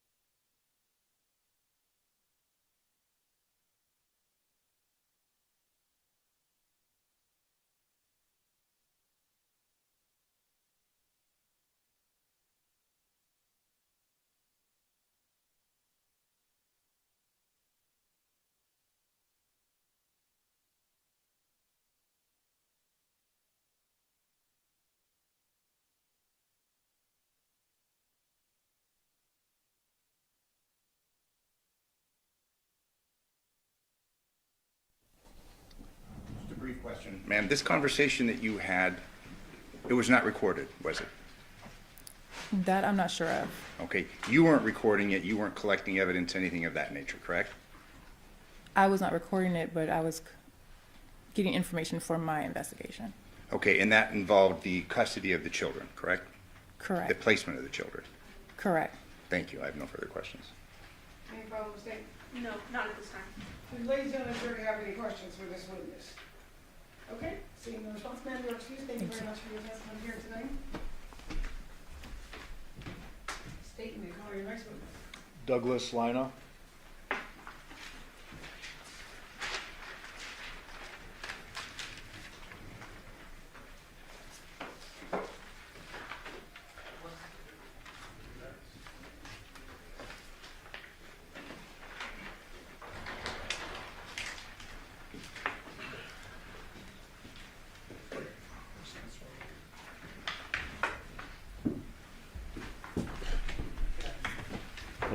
You solemnly swear or affirm the testimony you're about to give in this action shall be the truth, the whole truth, and nothing but the truth, so help you God? I do. You may have a seat. Officer, can you please state your full name and spell it for the record?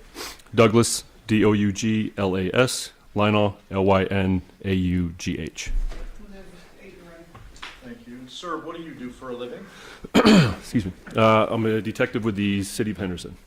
And which unit are you currently assigned to? Robbery homicide. How long have you been with Robbery Homicide? About 6 years. And how long have you been with the City of Henderson in total? About 18 and a half years. What did you do prior to joining Robbery Homicide? Prior to robbery homicide, I was in the property unit.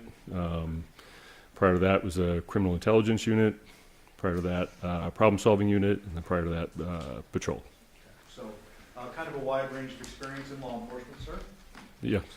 And as a robbery homicide detective, have you been the lead investigator on several cases and also a support investigator on several cases? Yes. Your team also is responsible for investigating officer-involved shootings within your department. Yes, that's accurate. So you have kind of a wide range of duties as a detective. Correct. In this particular case, were you enlisted in the support role on August 7th, 2023? I was. Did you respond to the initial scene? I did. Did you do a little video canvassing at that scene? Yes, I did. And then just some work up on the individuals involved. Okay. And fair to say that Detective Ozawa kind of led the investigation, or he was the one divvying up duties? Correct. Did you become involved in an interview with a person by the name of Devyn Michaels on August 15th of 2023? Yes, that's true. And where did that occur, sir? At the Henderson Police Station, the main station. And on that date, had the defendant already been arrested prior to you making contact with her? Yes. Who did you make contact with her? Who were you with? Another detective? Yes. Detective Rick Christopher. And was that conducted in an interview room at the station? It was actually done in a conference room in the investigative bureau. Was that both audio and video recorded? It was. Was the video recording kind of the primary, and then the audio was a backup? Correct. And in fact, during the video portion, like over an hour in or around an hour in, the video loses storage space, correct? Correct. But you did have an audio backup running? Yes. Okay, so we might transition as we play, Okay. once we get to the end of the video. And Judge, I would move for the admission of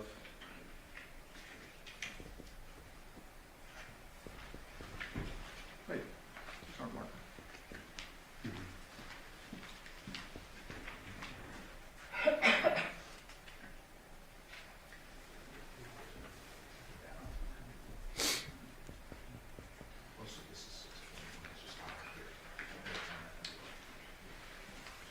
Sorry, it's on the envelope. I move for the admission of 621 and 621A. Any objection to 621 and 621A? Outside of what's on the address, no, Your Honor. Okay, that will be admitted.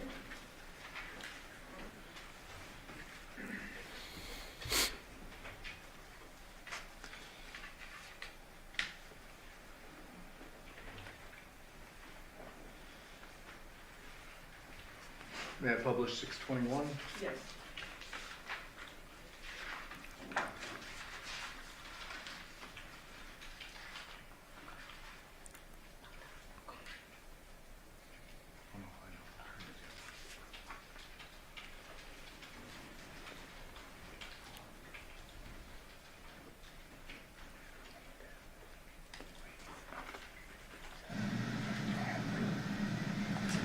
Pause that.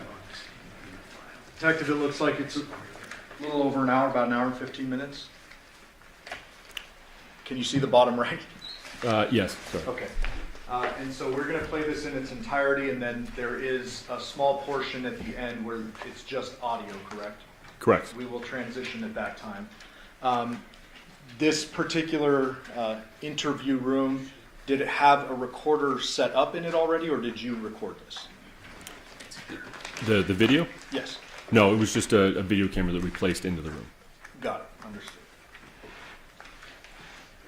May I judge? Yes.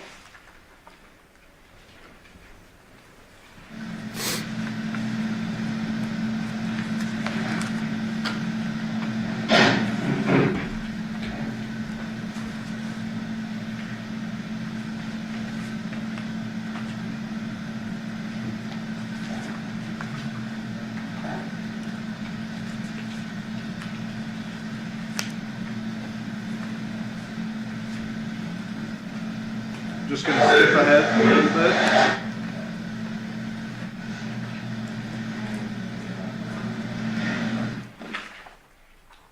Pause it here, 2 minutes and 9 seconds. What is this little thing right here? That's an audio recorder. That's your backup there? Correct.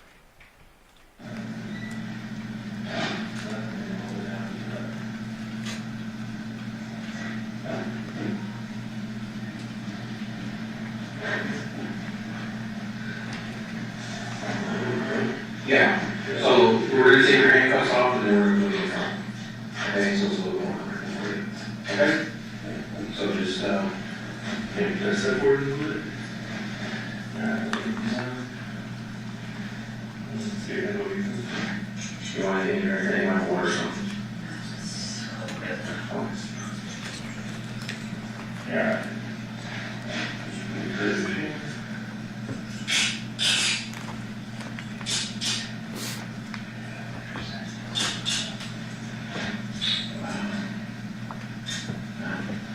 He's at one more.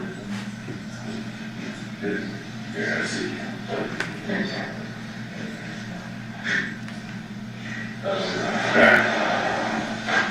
Hey, let's do this for a little bit. Alright. Remember me from the other day? Was that your search warrant there? Just give it a minute, so first comes back and we'll talk, okay? Need water or anything? No, good.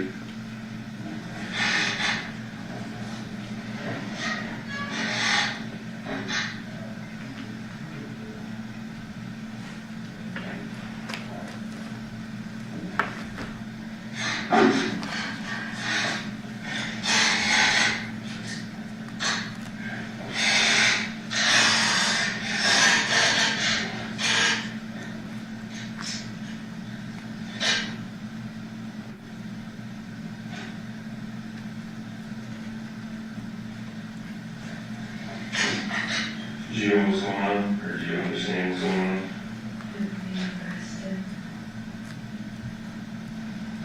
But do you understand severity and what's actually occurring? No, because I said I didn't murder Sean. I would say that. Yeah, we'll just. This is called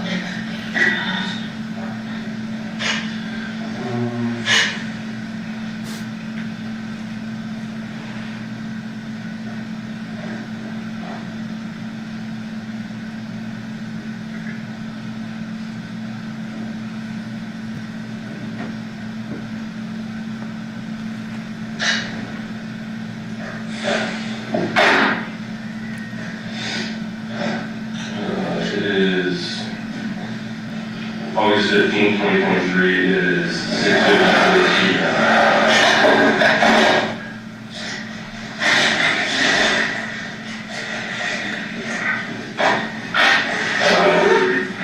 We've had talks before. Obviously, you don't remember talking about any type of one-up, so Christopher. Earlier today, you were advised what your rights are. I'm just going to advise you again, just so you fully understand that. All right. You do have the right to remain silent. If you give up that right, anything you say can will be used against you in a court of law. You have the right to speak to an attorney before answering any questions, and have the attorney present while you answer any questions. If you cannot afford an attorney will be provided at no cost to you. If you decide to answer any questions now, you may stop at any time and ask to speak with the attorney before questioning continues. If you decide to stop answering questions once you have begun, all questioning will stop. You understand that? Okay. So, there's been, you've given a handful of different statements and a handful of different stories along the way, and that's just what we're trying to clear up some. Okay? You understand that? So do you want to start from on the 6th?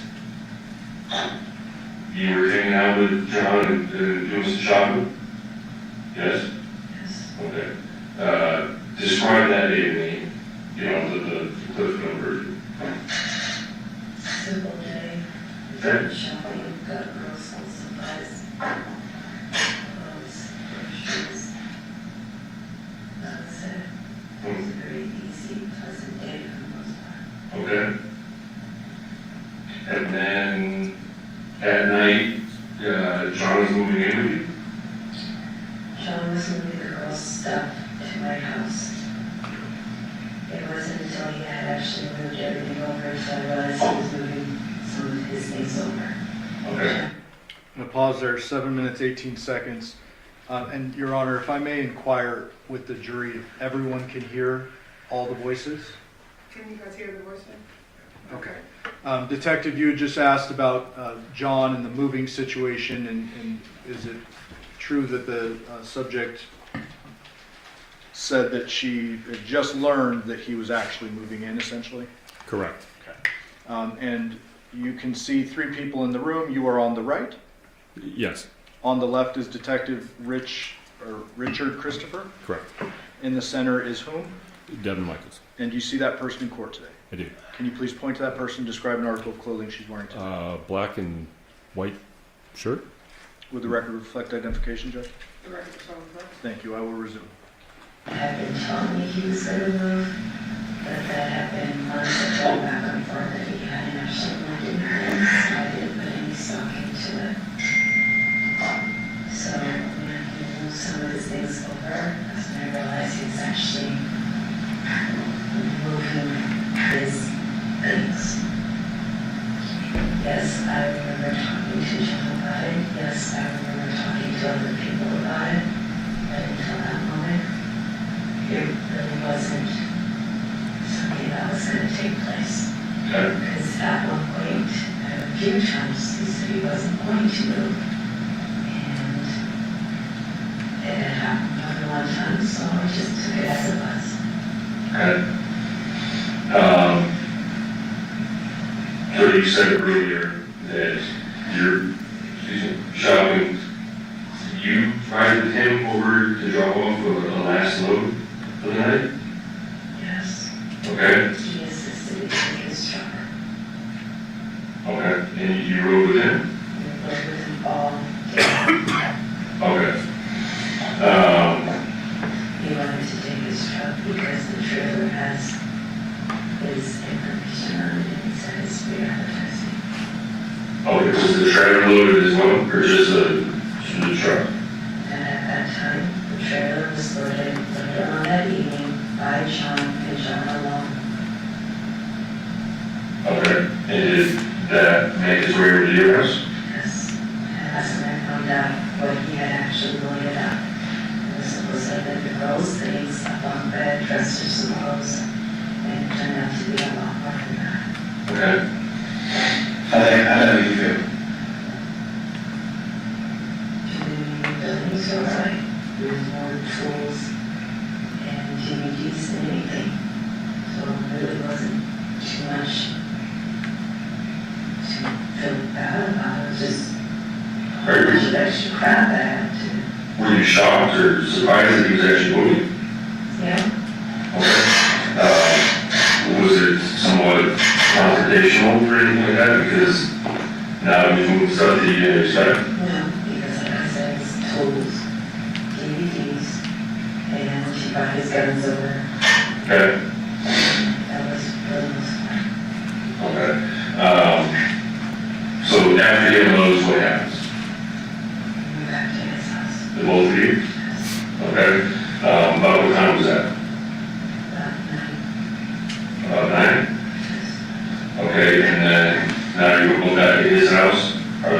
girls with you, or are they at home? Okay. And what happens then?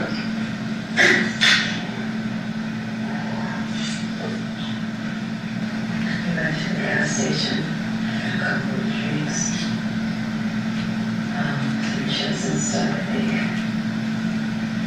Went back, John cooked, ate, took a shower. I let her have some more of the girls' small items.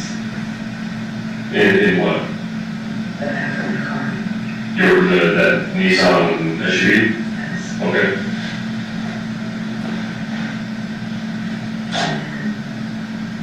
I was at 88. Smoked, drank some more.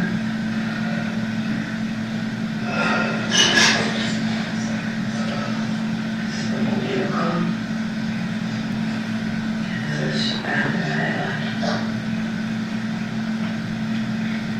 I said I didn't leave for a while there, but you don't remember all of that.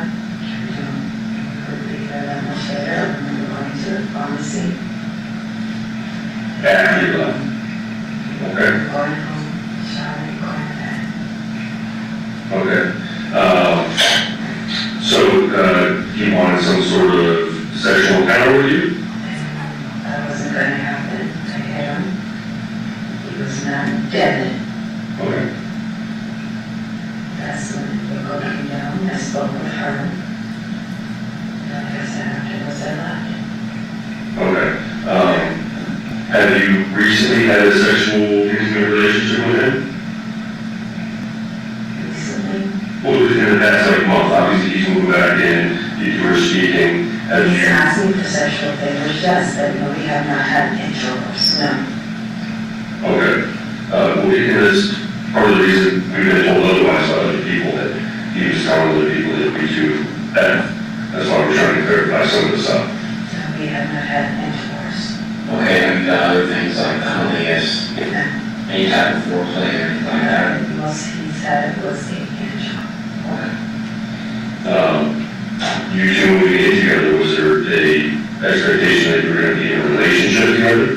Or? Certainly expected it, but he's quite aware that I'm not able to do anything. I was not trying to have sex with him. Okay. So he's asking for sex, you say no. As usual. Okay. And then from there, what happens? I gave him a back massage and popped his back. I mean, it's obviously you're quite a bit smaller than he is. How do you pop his back? He was laying on the ground and pushed again, fourth one, raised up, it's supposed to go up. Okay, so you're traveling his lower back area, something like that, or standing up, something? Okay, and you're just pushing his back, he was out. Okay, and where was that, in the bedroom or the? I'm sorry, On the floor of his room. before his room? Okay, and then from there, what happens? He went to go smoke again. He came back in and was laying on his bed, and he had me rubbing his back. That's when I was rubbing his back. And that's when the vehicle was coming down the stairs. So are you using anything, like? How was he positioned on the bed when you were rubbing back? Laying down on the bed. But how, like, is he up next to the headboard? Is he laying long ways? Is he laying opposite of the headboard? He's laying more towards the bottom of the bed. Okay, so let's have you draw the bed and show us idealistically here how he's laying on the bed. It's the bed. Where's the head of the bed? Yeah. Okay, so I'm just gonna for you, I'm just gonna say that's the bed and this is the headboard, okay? So obviously, for headboard purposes, these would be pillows close, this is where somebody would lay your head. So you drew a line across. Now, when the words in your mouth, so I want you to correct me if I say something that's wrong.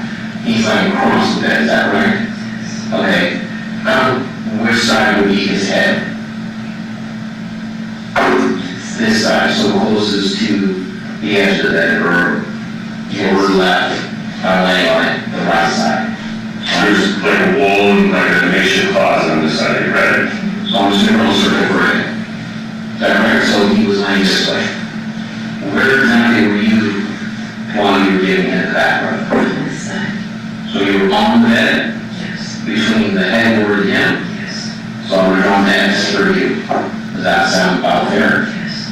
Were you on top of him, kind of sitting on his butt, or? Pausing at 16:01. Approach. When you states 12, sir, do you recognize that? I do. What does that appear to be? The hand-drawn photo that was just depicted right there. I move for admission of that. Any objection to that? No objection. That would be a new.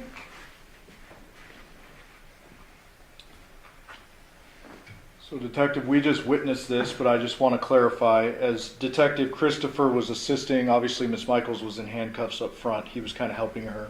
Correct. And asking for her instruction on where everything went, right? Yes. And this up here being the headboard where the pillows are, Correct. what does the X represent? Where she was sitting? And then this at the bottom represents where John was, correct? Correct. With the circle being his head. With the circle being his head. Now, there is a folder sitting on the table as you're interviewing her, correct? Yes. That folder was closed. Yes. That contained a couple of the photos of John dead, missing his head in the bed. Correct. Those were not shown to her prior to this drawing, correct? No, they were not. They're shown later, we'll see that. And that Yes. will be the first time she will have seen those. Correct.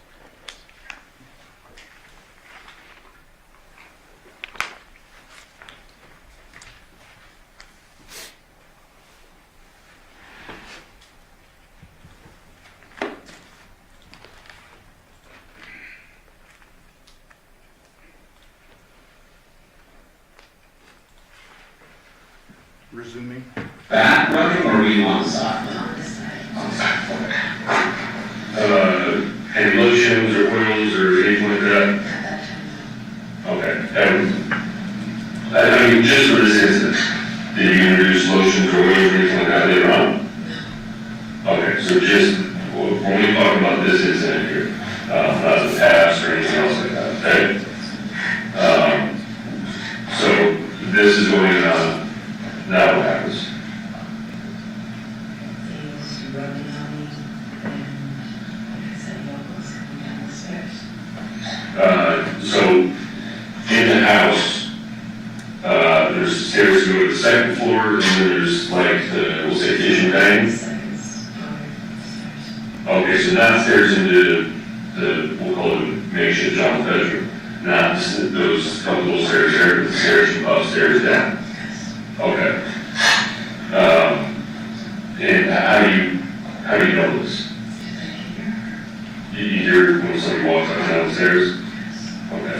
How do you know it's her, not the stepmom? I didn't. He's just usually when I've been there before, so we should call, so I just. Okay, and just to clarify, what noise do you hear? This sounds. Listens. Okay. Have you ever lived in this house? No, but I've heard Okay. So John and Andrea have been together for 5-6 years or so. Have you been at this house during that time, before or after? Okay. So it's, how long has John lived at this house? I know his parents have been there a long time. off and on for years. Okay. And I know he was living there. We separated, he moved out. Okay. All right. So you're giving the massage. He's face down. You said he's rubbing on you? Yes, Okay. How's he doing that? Like, yes. with the, Trying to reach backwards. Is he saying anything to you?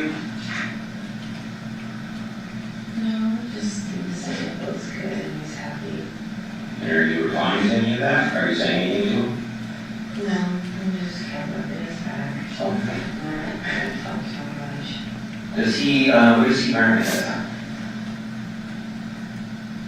He had his boxer shorts on at that time. What color were his boxer shorts? Either black or a darker color. Darker color. Okay, so nothing else, but just boxers. Okay. What's on the bed? Comforters or anything like that, you know? I just like his Like, is, do you know what the blankets look like? White blankets? Okay. Is his head resting on the bed, or is it off the bed? It's on the bed, okay. So it's, obviously if he's talking and stuff like that, his face is in the bed, it's gotta be filled one way or another. Okay. He's rubbing on you, or is this making you upset or uncomfortable or something? visually to bother me. Okay. What bothers you about it? That he's still pursuing sex, you know. Maybe he just isn't gonna turn away or anything like that. He's still trying to do something. Well, but you're still giving him a back rub, correct? Because I know he has some girls, and I don't can keep him from me to a point. Yeah, maybe she can keep him away from me, but she has been before. You love your girls, don't you? Very much so. With all your heart? Yes, not to murder. I didn't say that. I'm just asking that you love them with all your heart, that has nothing to do with murder. Sorry. Is that why you're asking me back in to have, is it currently, or we'll say at this time, he had full custody? No, we both had temporary joint custody. He filed to get sole custody, and he never showed up, so his motion was denied. I thought CPS revoked or took your parental rights away for that. They did. Okay, that's what I'm referring to. And that case was closed, and we had temporary joint custody. And he was supposed to file custody, and he never showed up. When was that? That was in April. Okay, So his motion was denied. okay. That's where it left it. Both had temporary joint custody. He had physical custody of the girls. Okay, so you had legal custody, legal joint. He had physical custody. What was visitation like? Based on CPS, I was supposed to see the girls for supervised visits for therapy sessions only, and he never enrolled them. I enrolled them, and that was it. And he said he didn't want to go to the courts anymore. We're going to be one happy family, and we were actually working towards it. We were not perfect, but we were getting along. You kind of smirked a little bit while you were telling that story. What kind of brought that emotion out? Because when it was all said and done, when he needed something, I was helping him. No matter how much he did something, I was helping him. And everything said, thank you for helping me, thank you for helping me. And it's like, I was literally trying my best to put it back together with my family. So would that be your family or be your girls' side? Because my girls wanted everybody in their mom. It was like, Your girls, yes, sir. not what you wanted. Understandable. So you said the CPS case was closed down Yes, sir. Back in February. after February? Yes.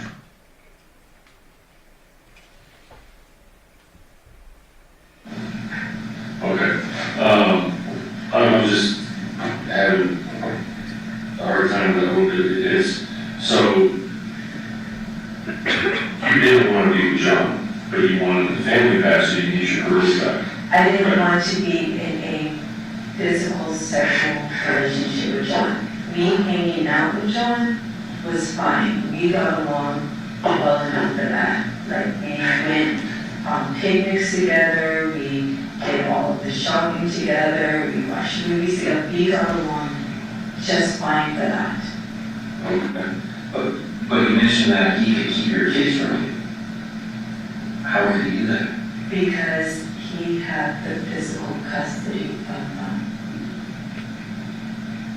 That's all. I had legal joint, but he had the physical custody. So like on Father's Day, he got mad at everyone and said, "F this, go pack up the girls' stuff, bring them back." So ultimately he had the upper hand on you. So he's said yes. Right? That's basically. He basically called the shots. Sometimes yes. How did you feel when it came to your daughters? It made me feel that, okay, don't piss them off. So, made you feel like you had no power. I just didn't argue with them. Because you want to make it worse. It wasn't a worse situation, I just didn't argue with them. Well, you just didn't want him to keep your kids from you. Right? He wasn't keeping them from me, but he always kept trying to threaten that. Like, So that was always an option you had. he would threaten it, yeah, but it seemed like he wanted me to keep the girls because it made it easier for him to work. Because I had him so he could work. Okay, so you discussed with, we'll call him Deb, because of your current husband, he was moving out, or what was the,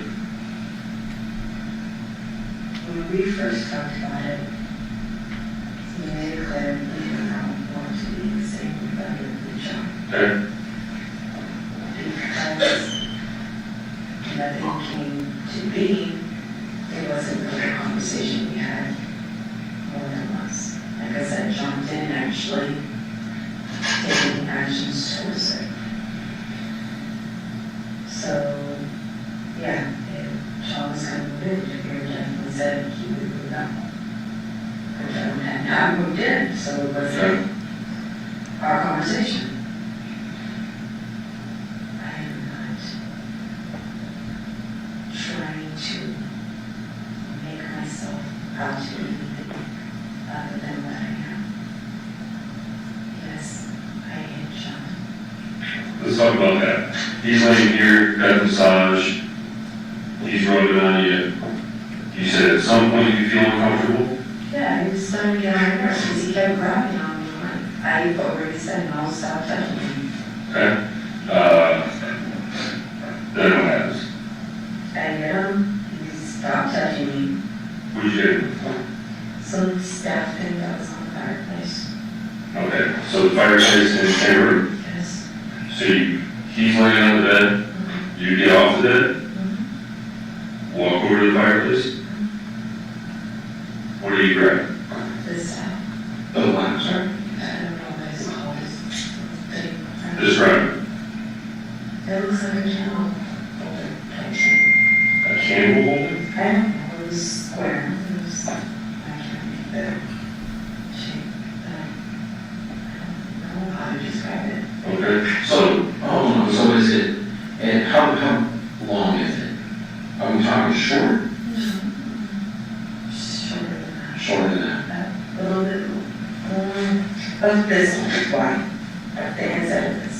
a little bit of your chair. Yeah, the On the inside. side. How's it?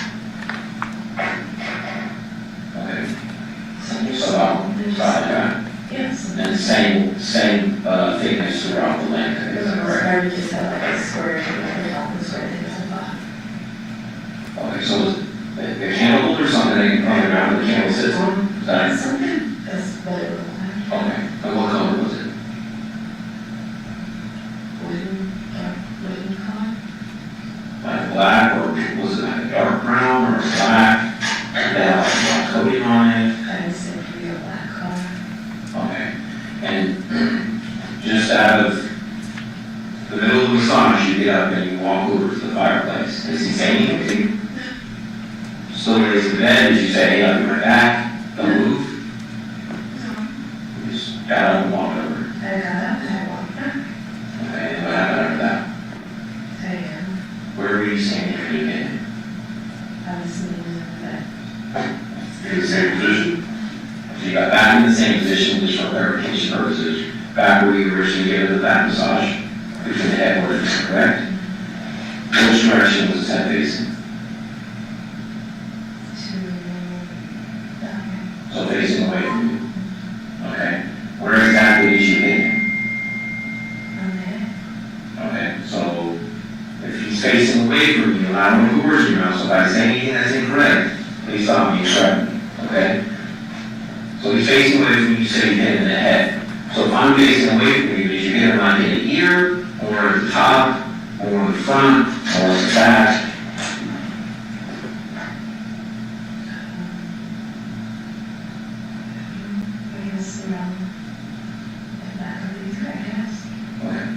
Well, you can't guess, you were there. Right? I'm just not positive for anyone actually struck it somewhere. Okay, so that's fair enough. So there's no last number. Correct? Is that correct? Yes. Okay. Is there light on by indication? So is there any ambient light whatsoever coming into the room, or is it just pitch dark? It's dark. It's dark. Okay. So how do you know what you grab when you walk over to the fireplace?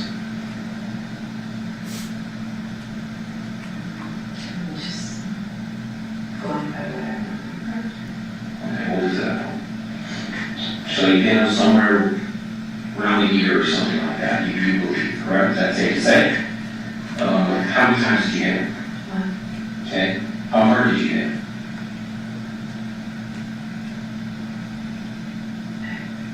I'm sure I didn't answer that.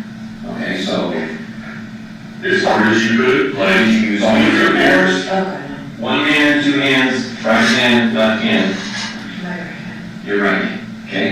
Did you say anything before you hit him? Stop. Stop. Why did you say stop? He just kept touching me. Okay. what does he say? He didn't say anything. He just tried to stop me. But he was still breathing. Okay, so you hit him, he's still breathing, but he completely stops moving. His hands stopped moving, yes. Okay. And does he say anything else after that? That's when I heard Yoko and I went in the door. Okay. And what did he say? Or excuse me, what did she say or what did you say? We were just talking about everything, and she was asking me about, can you have Sean give me some money for the insurance, and he hasn't paid this, and also. Okay, did she want to go talk to him? So how did you get her to go back upstairs? I didn't get her all that upstairs, she walked upstairs. Okay, so why did she come downstairs?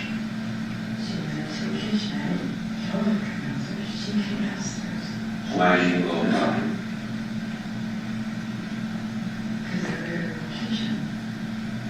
So you just figured you see her walk in and just have a conversation with her? I didn't know. Okay, what happened after she went back upstairs?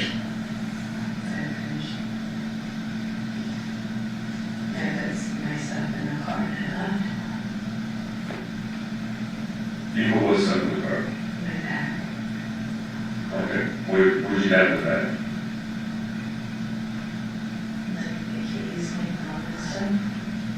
You talking like a purse, or you had like a personal It's like a bag? backpack, yes.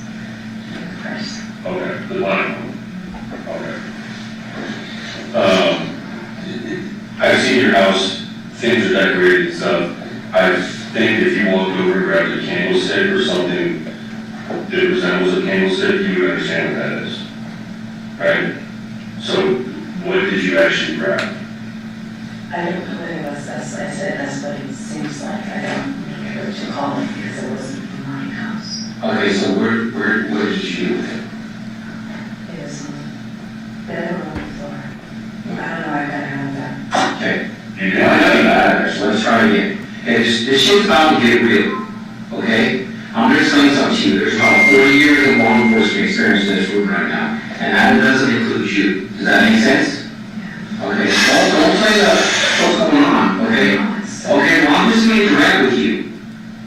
Alright? We're talking about your father's kid, or the father's, your children, is no longer here.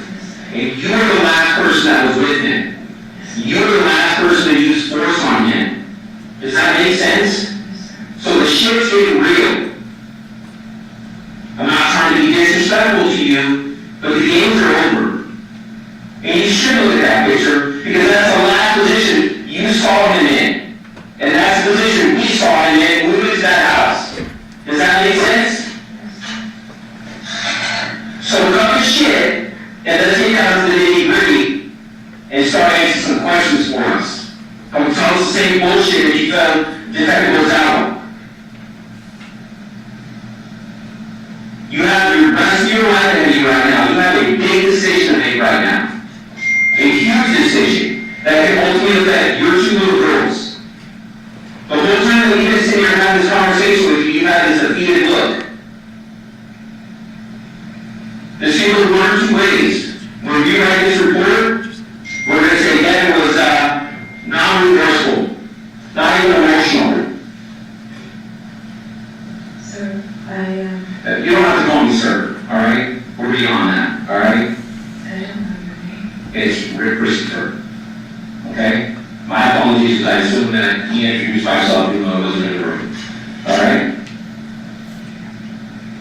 So as we move forward, my question to you before we even get into details is if there's no light in that room, you described something to me that you picked up.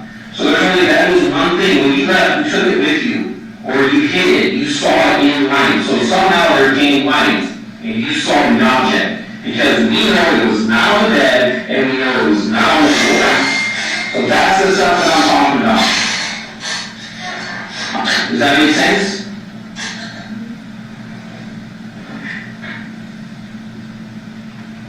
So where is it?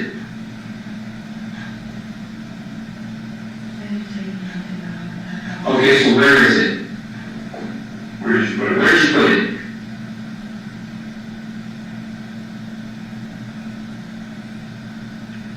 Then you keep looking at this bed like it's you're reliving this situation right here. This happens right here. You hear Yolanda coming down the stairs. You no longer coming in here. Because you just hit it in the head with this candlestick that you so say. Right? That's not what I'm saying. This right here. You don't want her coming down, but you just hit him and knocked him out. Because he's there. Yes. So you rush up to go to the kitchen? Yes? Yeah, I would tell the doctor, yes. Okay. And you say, oh, he's drunk, he's on sleep off, or whatever, not to come down there. And she goes upstairs. That's at 1 o'clock, right? You go back down there. You're there for an hour and 4 minutes. There's video and everything else from the neighborhood, everything around the room. We know exactly what time you left. We had tracks on your car going from the Boulder address to John's address, all the way back to your house and everything else. So we know exactly what time you left, what time you got home. So you're there for an hour and 4 minutes. You didn't just get out of there. They talked about the cleaning supplies, the ammonia and stuff like that, that you said that you saw them. Like, oh yeah, I just saw them. I've been cleaning supplies in the shop. Okay, who is that? I don't know anything about cleaning supplies in the shop. She did ask me. I didn't know anything about that. And I just said that before. Okay, so you saw the cleaning supplies. Yes, there were some on the floor by the bathroom in the laundry room area, yes. Okay, so John's right here. You hit him. He lays there. You go out. Now we have an hour where you just don't remember what happened. What did you go back and having to do? Just cleaning up the dishes and things. Cleaning up the dishes in his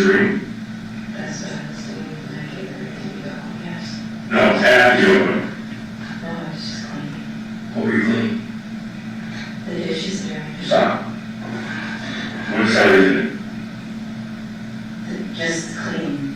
What were you cleaning? I was literally just cleaning up the area. When I left, when I hit him, he was breathing. I didn't. How do you know it was breathing? You can tell if a person is breathing. Okay. The chest goes up and down. Okay. You said it was dark. You can still know when someone's breathing. In the dark. It's not pitch dark, but yeah, it's not. So you can't see an area on his head because it's so dark, but you can see his chest moving? You can't see what you grab off the shelf because it's so dark when you walk over, but then you can see him breathing? Yeah, you could see some person breathing. Your eyes can't adjust. Oh, then your eyes should have adjusted before all of this, too. I just don't know the exact spot. Okay. Asked me, I said, I'm not So positive. right hand or left hand you used? Right, sir. Yes, Right. sir. Okay, well, I'm just trying to verify, so I don't say, oh, that's wrong. I already said I don't feel wrong about it, but I didn't murder him. Why did you get it to the place? Pain on you? She can't believe me alone. Okay, you got up and walked away. Why did you get up and walk out? You could left you on that way, right? Why do you say that? Okay. You got up, walked over there, and walked back, and you never said anything to him, or you attempted to get off the bed, right? It wasn't that bad. What was it like?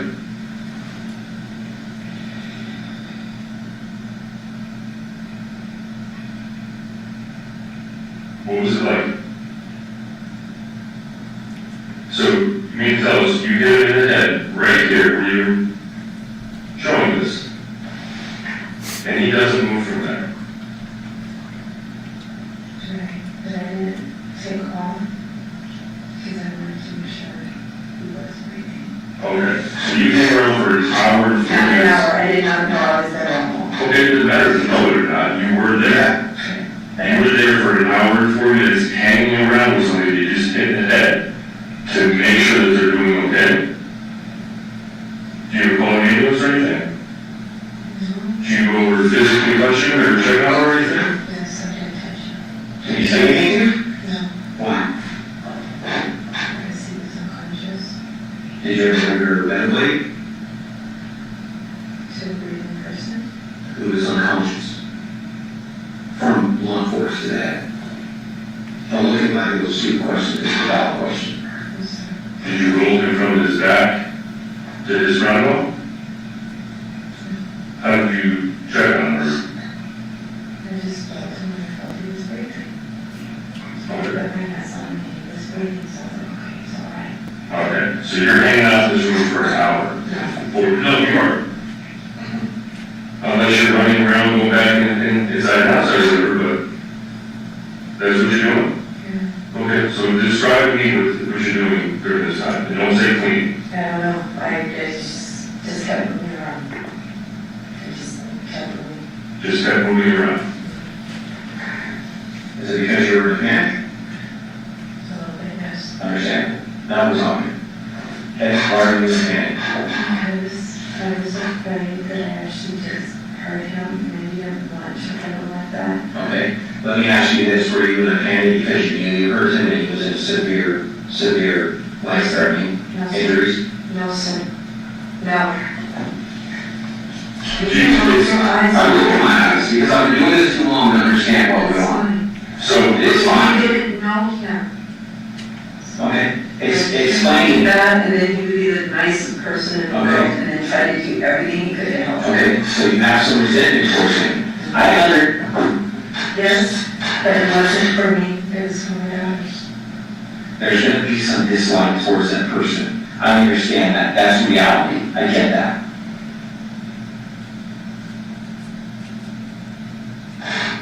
But for you not to go into details on exactly what happened, other than the fact that you getting him, is not going to help you out. I'm telling you that. I cannot remember. You have amnesia.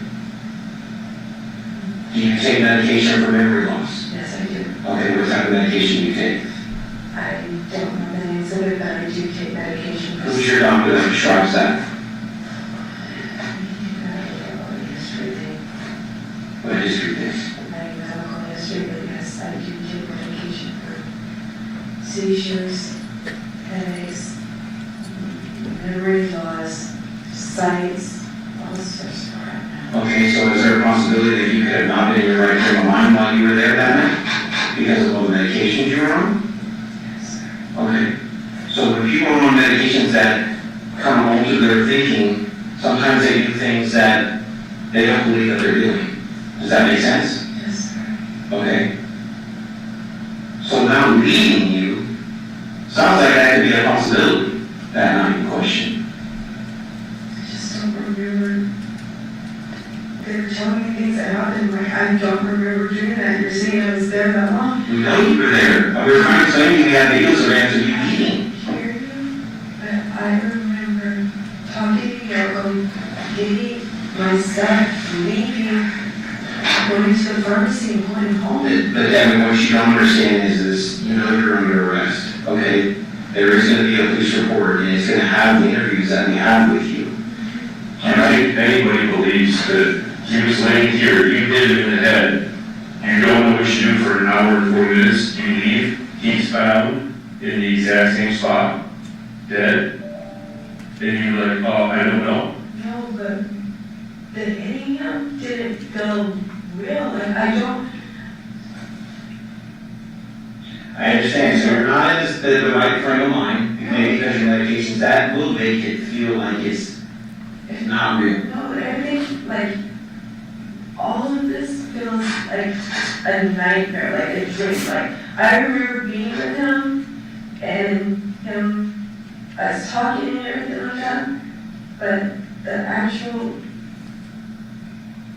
it does not feel real. I don't feel I was there that long. I remember being there, Yoko, pharmacy, home. I thought I was home at like 2 something. You guys are saying it was 2:42.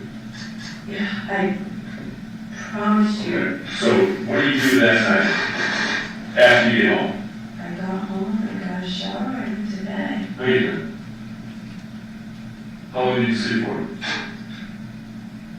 About 2 hours. Because you get home at 2:42, you're texting John's phone saying, oh, I can't find this, or where's this? And then, like, remember, we took your phone, we took his phone, so we did all these downloads. I've read text messages between you, Dev, everyone else, things like that. About 2 hours. Okay, it was, if you got home and showered and then went to bed, then it'd be about 1 hour. Then you would have been able to sleep and wake up and start looking. Is that? So it doesn't look like you slept at all that night. I said about 2 hours, so I'm not, it's a bit off, but you guys are telling me I'm there for a long time, and I know for a fact that's not what is. Yes, that is exactly. You can say, I don't think I was there that long, and I don't remember. I don't remember, and in my recollection, it was not like that. I remember talking to Yoko, giving her the keys, picking up my stuff, and walking out the door. I picked up one more thing and left. I do not remember any of this. They told me, they asked me, where's his head? And until then, I didn't know anything about that. They're like, well, didn't Deviere tell you? No, Deviere didn't tell me anything about that. Well, did he leave that night? No, I don't remember Deviere leaving, but I don't remember anything. I just remember going home and everything. I don't remember driving to the damn pharmacy. I just remember being at the pharmacy. Okay. They told you he was decapitated. He told had me his head cut off. They told me that And they said you did not even blink. It doesn't sound believable. Who does that? I don't know. You tell us. That's it. It's this whole thing. Remember, everything you're saying does not make sense. I was here. I did this. Do you think anybody's going to believe I hit him in the head and I left? I took his. How did? When did you give it? When did he give you that wallet that you claimed it was given to you earlier? They said I had to use Social Security cards. And when was that? Around the time he was eating. So at night. Yes. Okay, he has one key to the truck. I didn't know that. Okay, so why would he give you the one key to his truck when he's supposed to be over there in 2 hours? And his wallet. Yeah, because he's supposed to come over with you in the morning to take the kids to the...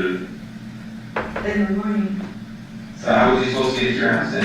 I don't think I was supposed to take them. I know I was supposed to take the social security card, but the other stuff I don't think I was supposed to take. Why were they in your underwear or wrapped up in one of the bags?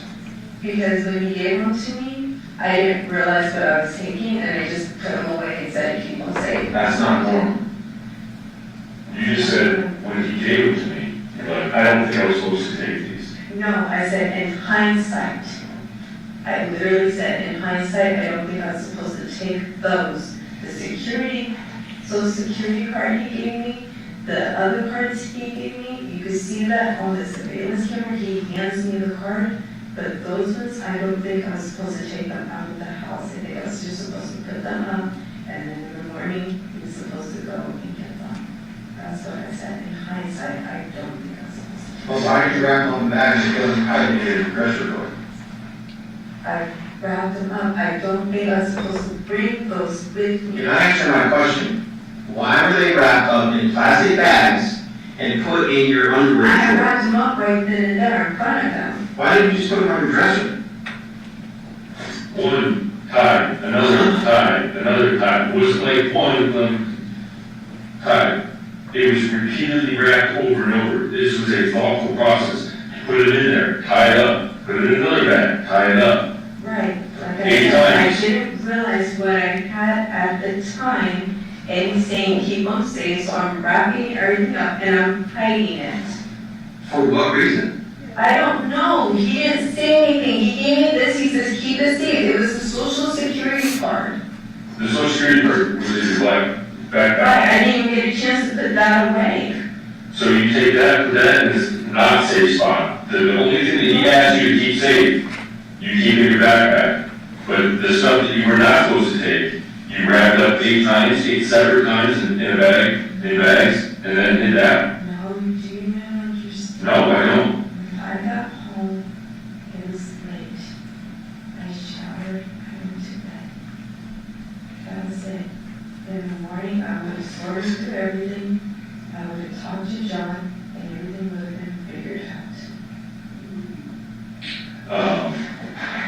None of that makes sense. If you None of said, it makes any sense to me at all. okay, if you expect anybody else, the jury, a judge, or the general public, to believe anything what you're saying, No, because I don't understand any of it. You guys are asking me questions about the What does that look like to you?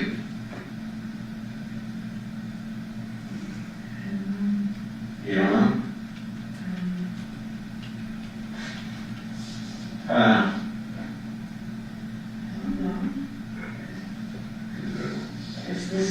This is John? That's the Mr. John was in when you last saw him? Yeah, but he had his boxers on. Okay, that is boxers on. I don't know, he had his boxers on. His boxers were black boxer briefs. He had boxer briefs on. That's what I'm talking about. This shit's getting real. Keep looking at that. Take another look at this. This is reality we're talking about. Think long and hard about your decisions on how you go forward with explaining the bullshit that you're giving us right now. Nobody's going to believe you. I understand. And tell us where the object is that you used to do this. Tell us where it's at. Do this. Who did? I don't know. Who did? I don't know. That's not good enough. You did that. No, I didn't. Yes, you did. No, I didn't. Then prove it. How do I prove that? Because you were the last person to see him alive. And you were the last person with him. You did that. That's reality. Look at that picture. He's gone. this is the exact spot where you left it.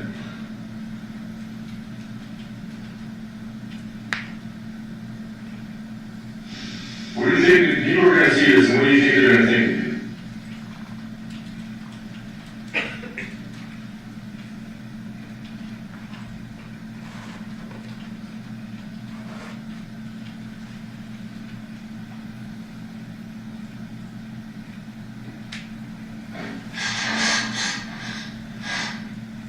Do you have anything to say?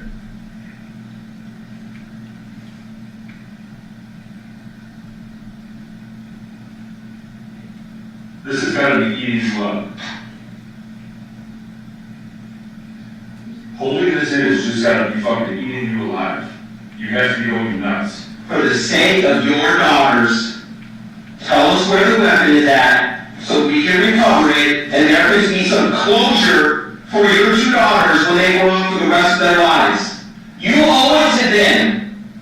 That is their father. You owe it to them.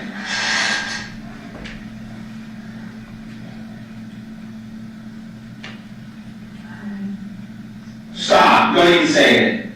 Stop. It's not good enough. Tell me something that I can do research to know that you didn't do this. Give me some evidence that I can go follow up with so I can help you in front of a jury of 6 or 12. Look at the photo.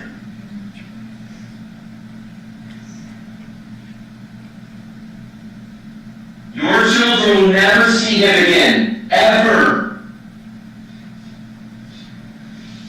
And that's a choice that you decided. You decided for them.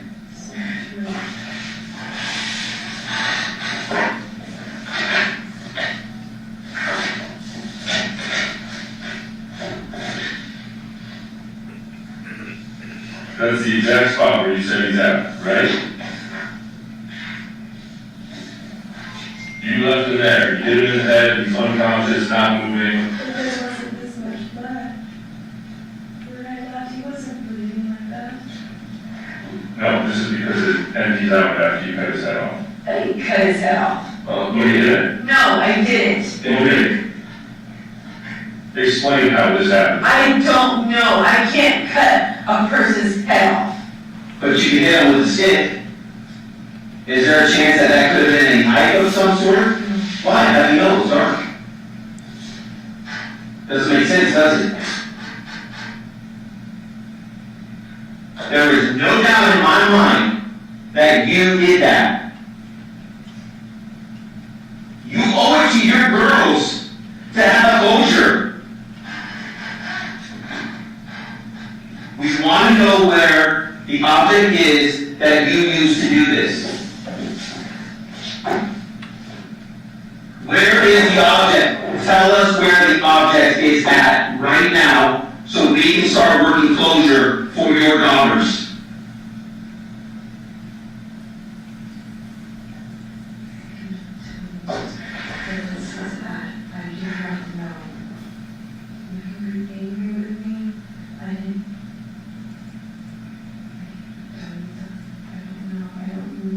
Do you expect anybody to believe that? Listen, just listen to that. Listen to exactly that, what you just said. I don't remember. I wasn't there that long. We can prove 100% you were there that long. You remember everything else. You remember going to the CVS, getting your daughter's prescription, getting home. Oh, I showered. I started looking for school supplies. I started doing all this. I remember everything except the hour and 4 minutes after I cracked him in the head. His cell phone is at his house. You leave, drive back to your house. His cell phone now gets back to your house and has blood on it. It was not left at your house.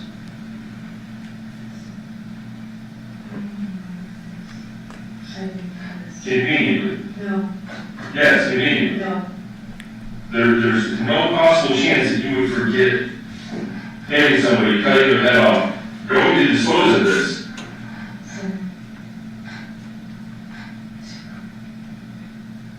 Fathom doing that. Hitting a person is one thing, Yeah, it is. but to do this is something completely different. Believe me, I know. That's why you're sitting here. You sat here this whole time and made these faces and stuff like that, not shed a single tear. I've been crying all damn day. Really? Yes, I have. Okay, because they said, when they showed you and told you that he was decapitated, you didn't even blink. They didn't show me he was No, we decapitated, just they did. told me. We just did. And I don't know how to feel about this is disgusting. It is utterly disgusting, and you're telling me I did it. No, I didn't do this. You did do this. We're beyond that. No. Well, you can be in denial all you want. That's not going to help you. You can deny it all you want. But we've been doing this too long to explain to you. We're giving you an opportunity to save face for you and the rest of your family. We're giving you that opportunity. But for you to sit here and deny that you did that, we're beyond that. We are so beyond that. There is no doubt in our mind that we can prove this in a court of law with a jury. You did this. However, you have an opportunity to save faith and have closure for your daughters and tell us where the weapon is. And don't sit here and say, I don't know. Where's the last place that you put it? Don't say I don't know. Because just like Detective Lynaugh said, is you were very descriptive up to and very descriptive afterwards. However, there's that hour, or that window that you were with him, which you said you were in a panic. No shit, you were in a panic. I would be in a panic too. You remember what you did, so tell us what you did.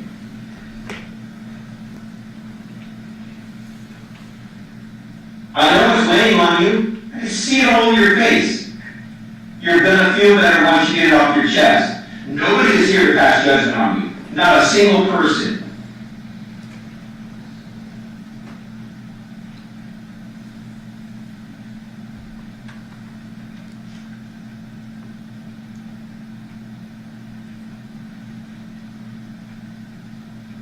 You heard us stop staring at that picture since we put it up. Okay? And I know whoever you're praying to is telling you to do the right thing and tell us what we're asking. Tell us the answer to it. You're going to feel better. I'm telling you right now. You're going to feel better. And you can start to have closure and you can start moving on. Because that is the right thing to do. And you know it's the right thing to do. I know you know that. I know you're a good person. There has to be a reason why this happened. And if you could explain that, it'd be a lot better off for you.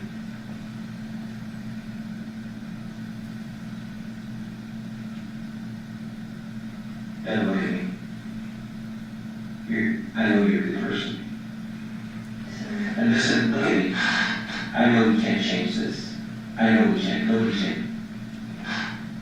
But you can do the right thing and close it the right way. You truly can. I know you can. You are a good person. Do the right thing.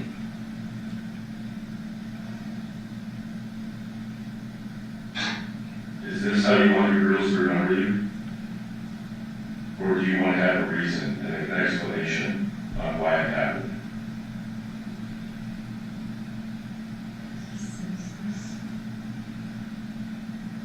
So why? Why did it have to happen like this? What led up to this? What caused you to do this?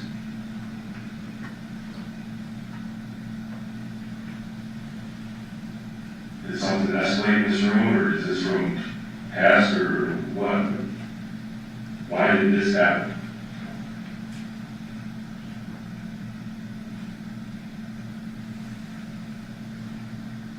It's okay to cry.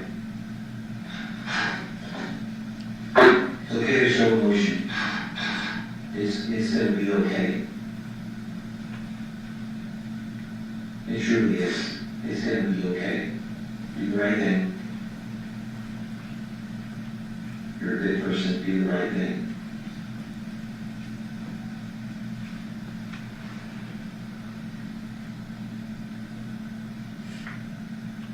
We're going to get through this together. We're not against you by no means. We're going to get through this together, but you have to help us. You have to help us allow you to help you. You're a good person, Devyn. I'm telling you, I know you are.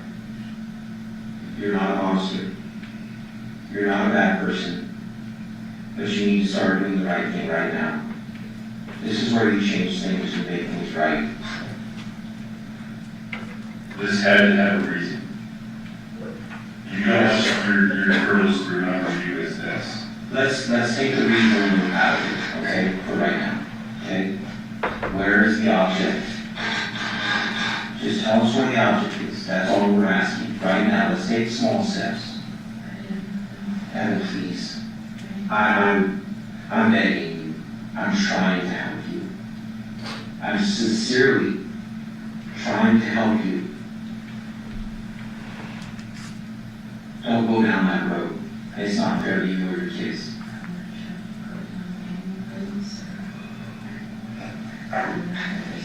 No, I understand, but you're not allowing us to go through this together. You put up this wall, and you're in denial. This is reality, as I said before. This is not going away. But you have an opportunity right now to make things right for yourself. To start moving in a right direction. You start to have an opportunity for closure for these parents, for your children.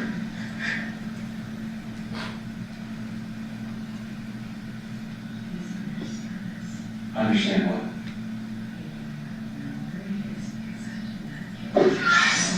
Lord, this is simply amazing. In my 22-year career, this is amazing to hear you sit here and say that. Listen. Maybe it's because I didn't get rid of it. Are your fingerprints or DNA going to be on either one of those bottles?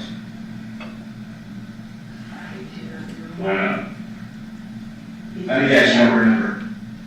I read that one. I don't think I knew that. Where would you move these from? It was in the hallway in the lane. This is the hallway right here. Right, but it's like lane in the hallway in the lane. That's what these are. They're laying in the hallway. Right there. Like set it up. And it was completely full. So these are tipped over, laying right where they're at. You walk over and set it up and then leave and not set that one? Yeah, but that was like hours and earlier in the day. What was hours earlier in the day? Like, maybe 6, 7 in the evening, earlier in the day. So these are sitting there all day long? No. Yes, these are there the next one. You're just claiming that these are in the hallway in the way. They're in the same spot where you just said. Right, but it was not like that. Well, I'm not sure where it is exactly. Okay. So, you got this same bottle over at your house? No, you don't? What is this? So you don't even know what it is, you're saying no? Soft stroke? Soft stroke? Looks like it says yes. Yeah. So you said no. You don't have that at your house? Sit on top of your washing machine. That is? Yeah.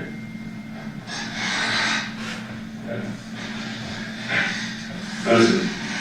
Wait, that That's the long to you because it is, I don't know, it's no, listen, you can sit here and say, you think that you're smarter than me. no, I don't think I'm smarter than anybody, but I didn't do this. It's only because I have the same cleaning. No.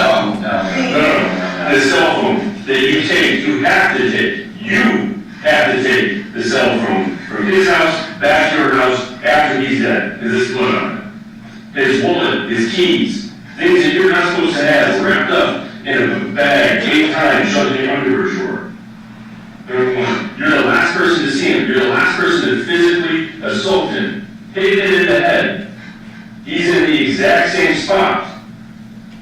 You remember everything from him handing these debit cards and EBT cards and which specific gas station and this and that and going to CVS to get your daughter's this and the school and he's supposed to be here at 5 a.m. or whatever time to go do all this stuff with take him to school and this and that and whatever. Did your girls go to school that day? I tried, I couldn't get him. Why not? Because John wasn't there. Because your kids aren't registered for school? Because your kids aren't registered for school? I needed to register. Why does he have to register them? We both have to register them. No. No, both parents go to come have to register them. And generally, you don't go to school to drop the kids off at school on the very first day of school to register them. Yes, John was supposed to. Okay, so all of this stuff. And then the only thing that you don't remember is the time that you were denied you're at the house, where 100% you were there for an hour and 4 minutes running around the room that you can't explain.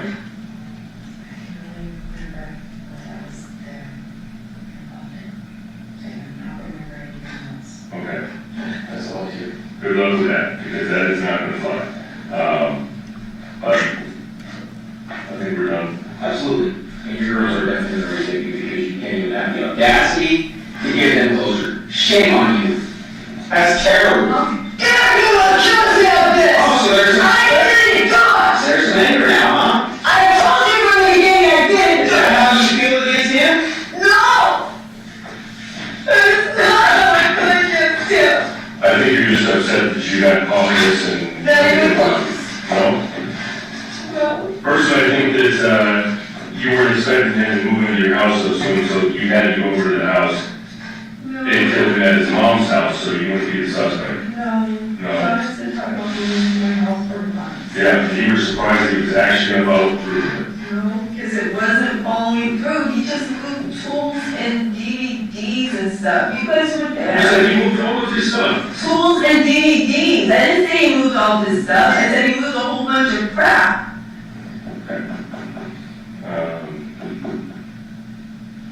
You want to get somebody to transport and hang out? Let me see what else is right here. Okay.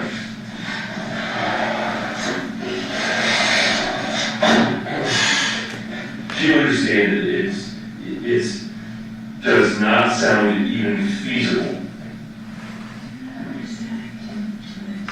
No, just answer my question. You explained everything except an hour and 4 minutes that after you hit him in the head, that you don't remember. Yes, because I had nothing to do with him. That's not answering the question. Yes, I said yes.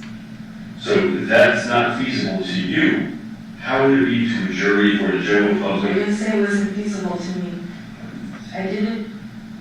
Oh, it's feasible. You remember everything except the hour and 4 minutes after you hit somebody in the head. That's what you're saying?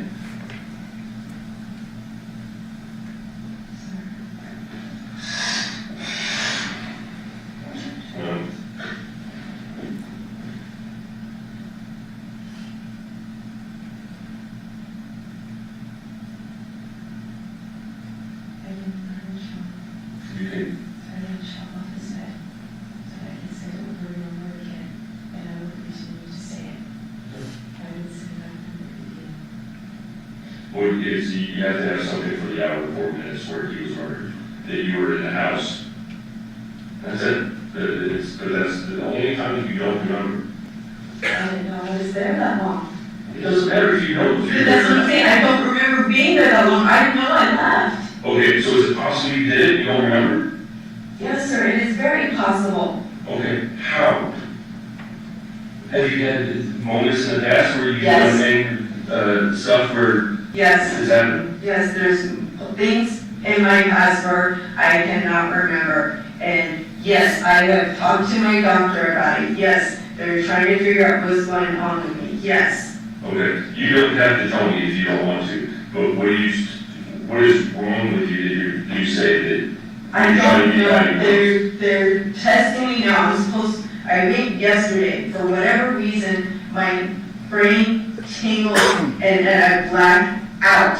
And I literally have it on documentation from the doctor, and they were trying to figure out what's going on with me. Okay, do you take Xanax or benzos or anything like that? I have a whole bunch of pills, Okay. and I don't know what they are because they're about 20 different syllables, and I don't know, but I didn't do this. I know Have you ever been diagnosed with mental illness or no. no? They were just testing me for everything. I just did an MRI and EEG. They were doing a whole bunch of other tests. But yes, the last thing that has happened to me, I remember my brain starts tingling, and then I would wake up. I don't remember doing any of this. I know I don't remember being there that day long. I remember getting my daughter's medication. I remember being home. I don't remember even hitting him like that. I know he was pissing me off, so I hit him, but it wasn't anything where he was dead. He was breathing. He definitely had his head on him. You guys are trying to say I did all this stuff. I did not. You don't remember, is what you're saying. You don't remember doing any of this. Okay. So that's it. There's a possibility you did, but you don't remember because you were blacked out. Sir, I'm not a murderer. I'm not an evil person. You guys are telling me that I did all these things, and I'm like,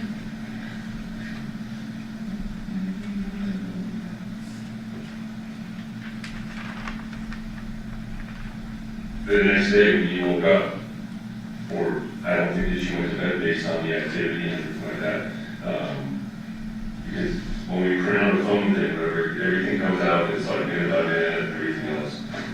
Activity, it appears that you're pretty active the entire night. The next day, what did you do?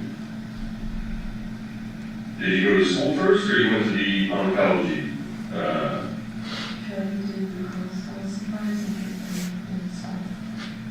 So you drove to the school? yes, Did you go to the oncology department first, or the school first? school first. Okay, and you got to the school? Yes, Who did you talk to at school? the school staff, the principal. And they said I could register, I had to turn in some paperwork. Okay. So I went to my apartment, asked the detective to call me. And I got in there, talked to him. She tried to get the paperwork, turned it in.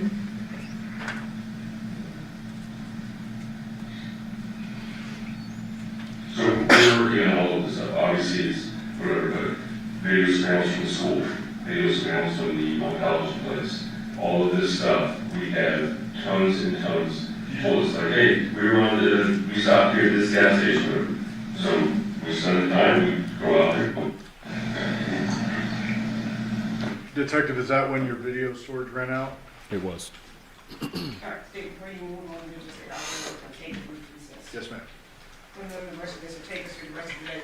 During this recess, you must not discuss or communicate with anyone, including fellow jurors, in any way regarding this case or its merits, either by voice, phone, email, text, internet, or other means of communication or social media. You must not read, watch, listen to news or media accounts or commentary applications. You must not do any research, such as consulting dictionaries, using the internet, or using reference materials. You must not make any investigation, test theory, case, recreate any aspects of the case, or in any other way investigate or learn about the case on your own. You must not form or express anything regarding this case until it's finally submitted to you. Ladies and gentlemen, 3:45 will be a recess at 4 o'clock. All rise for the jury.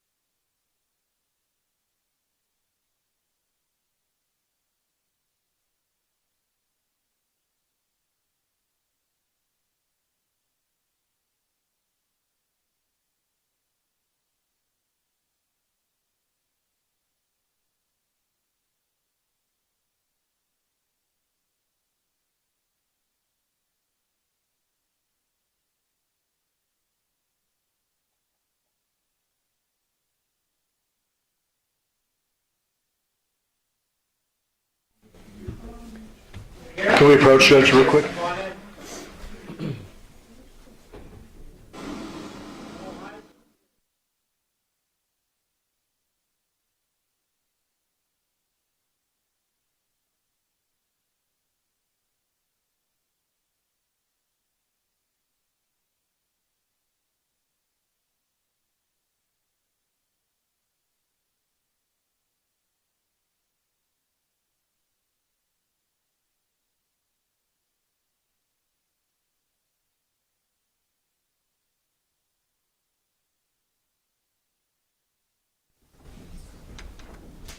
Please be seated, Your Honor. The jury's all present and accounted for. We are back on the record in C-37723, Montana County State Attorney versus Devyn Michaels. And the record reflects that is Michaels, the president of the lawyers, deputy district attorney on behalf of the state. We will require you to refer this to our jury. Yes, Your Honor. Yes, Your Honor. State, hearing your question. And Detective, you indicated you had the backup recorder going. Correct. I'm gonna just play the audio, hopefully around the same time where we just left off.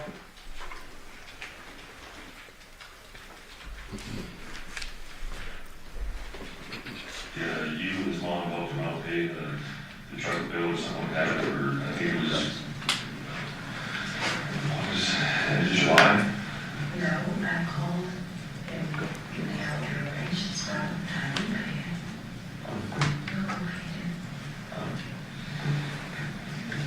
it. Obviously, he's got some money issues and not really contributing a lot. It seems like what he really contributed was with the EBT card. I apologize, Detective. I'm gonna have to back up a couple minutes there. The school staff at the school. And they said I can register, I have to turn in some paperwork. So when I went to my appointment, that's when the detective called me. We were down there, talked to him. And she tried to get before I turned it in.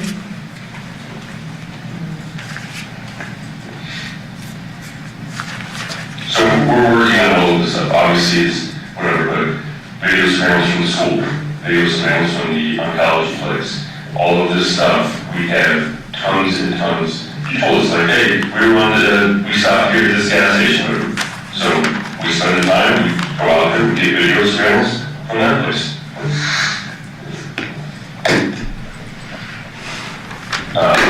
We get video surveillance from any place that you said that you were at or could have been at, or any place that your phone or vehicle or anything like that puts you at.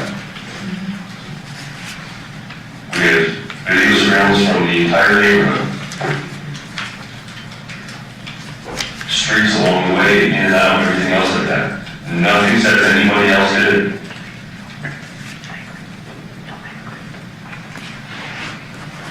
And the difference is, where we're at here is, a lot of it looks like it's planned.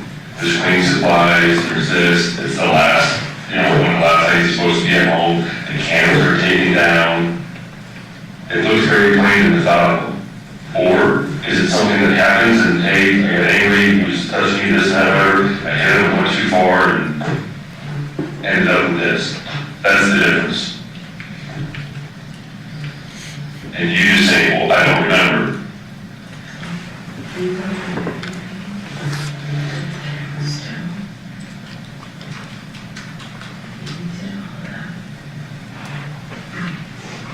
So you and Dad, Detective, that was very soft there. You're asking about the cameras, and she says he took the cameras down, meaning John? Yeah, he took the cameras down, he did all that. Conversations that he had about any of this stuff.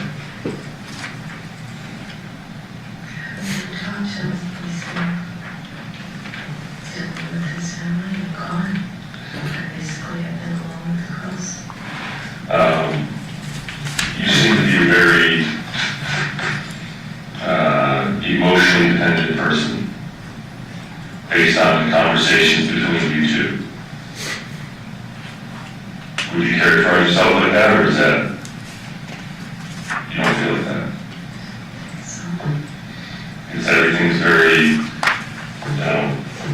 it seems like there's an issue with the intimacy or something, and then I hate you out, you're cheating on me, you're this, that, you don't have sex with hey, grab me 2 beers and a bait from the store. Okay, see you at home. When you coming home? I hate you, I hate you, I hate you. Liar, liar, cheater, cheater. It's a very up and down.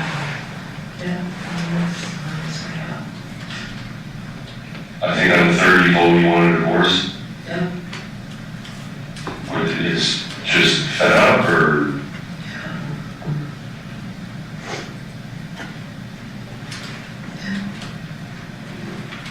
As I said, I don't know what your financial situation is, but I'm assuming he pays some money. Yeah. That's why it wasn't really a big thing for John, But John doesn't really have money to pay anything, right? Yeah, he said he was gonna try to help. I'm trying to, but obviously, like, you just had to help him out with some money with his mom, right? No. You and his mom didn't give him some money? Well, you told somebody, you and his mom helped him out pay the truck bill or something like that for, I think it was end of July. No, I called and we got the arrangements from him, and I didn't pay him. Local paid him. Obviously, he's got some money issues and not really contributing a lot, it seems like. I think what he really contributed was with the EBT card. Yes. But you can't really pay bills on the EBT card. But she's willing to accept him. I was saying they moved in with you. Now, that fees was paid $1,100 a month. Yes, but I did was I was going to rent out my home. Something small. I really wasn't so much of a financial burden on myself.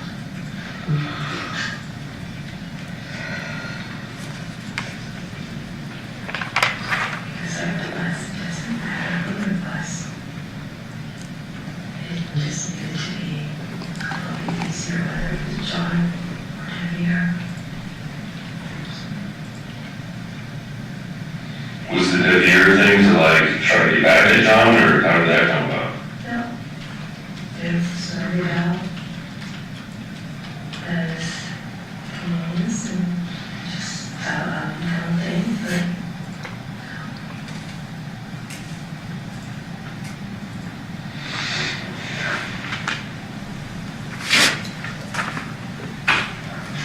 Did he have any sort of relationship with his dad towards the end? Did he ever go over to the house or anything like that?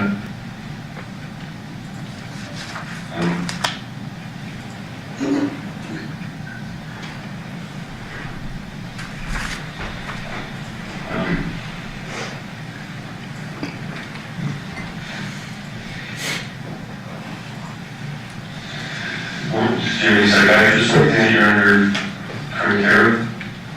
Or who was your doctor that is dealing with the lockouts? I don't remember her name. Just got a new doctor. What do you need phone? Is that first med? I don't remember her name. She's at First Med.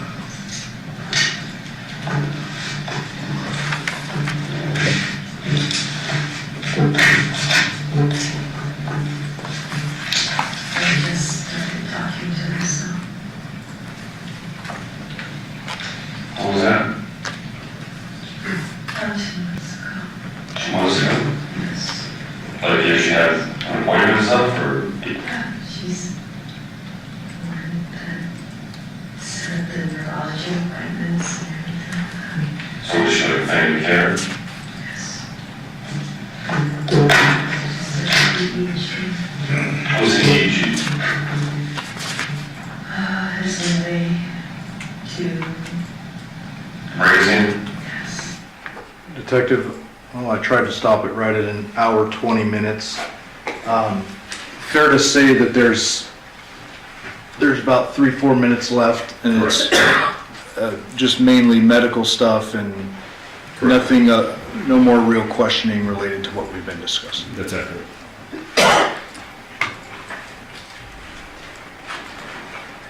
Judge, I will pass the witness at this time. Okay. Cross? Yes, thank you.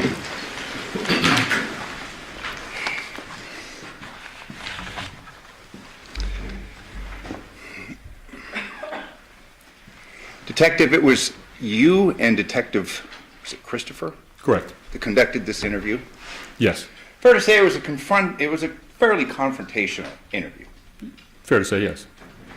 I mean, you've got your partner in this interview saying you're not going to tell us the same bullshit that you told Ozawa, correct? Correct. You've been trained in interview techniques, correct? Yes. You would agree with me that the primary starting point in the police academies is the read technique. I don't know about the police academy, but I've heard of it. You've heard of it. Is Correct. there another named technique that you were taught through the course of your training as a detective and a police officer? Open-ended questions. I believe the read technique's more of a structured course technique where you rely on rapport more in the beginning. You would agree with me that when you sat down and you began your interview, you were convinced that she had committed the crime. Correct.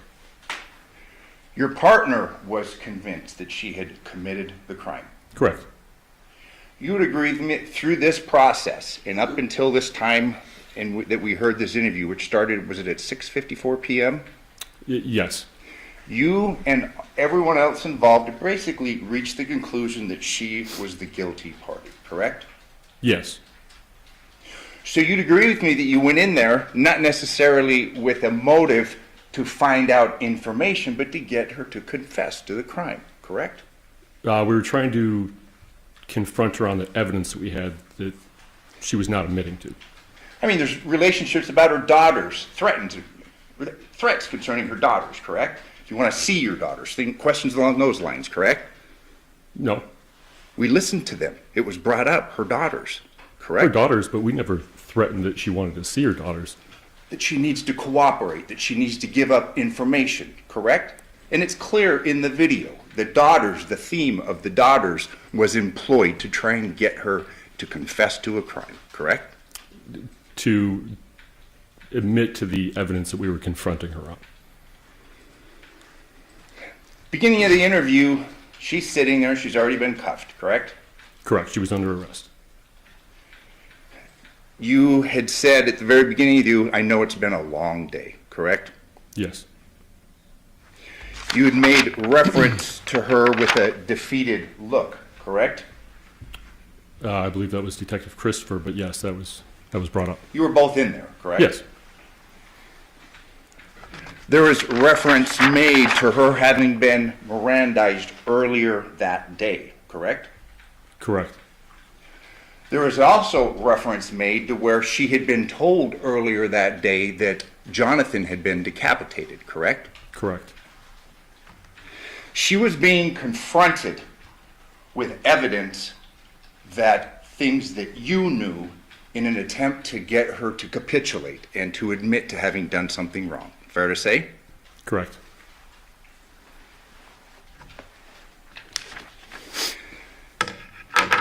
In fact, there's one point, it was early on in the interview, there's a talk about you and your partner's collective experience, all the years. Do you recall that? Yes, I do. How many years was told to her? I believe it was 40. 40. And then that's followed with, this shit's gonna get real, correct? Sounds right. There was reference made to State's Exhibit 12, this photograph, correct? Yes. And it was at about 16, maybe 16:01 on the interview, correct? That photo? Yes. I won't dispute that. State, will you agree? It's about 16 minutes. It states here, hand-drawn picture by Devyn Michaels, correct? At the top of it? Yes. If I may approach her. Actually, may I publish this? Thank you. This has been admitted. Push this button.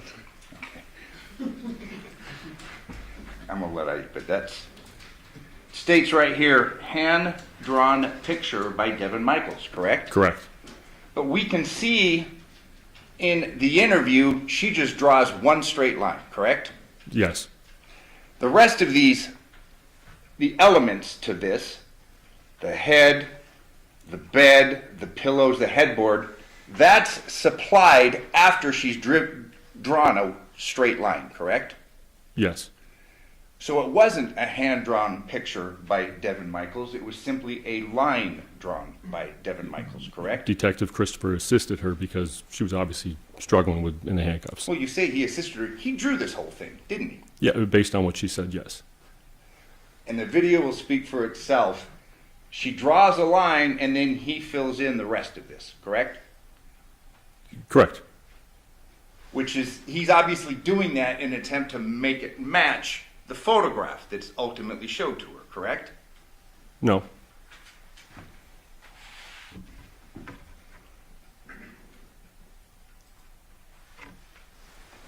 You'd agree with me that, well, and you're a police officer, but people get nervous when they speak to cops, correct? Yes.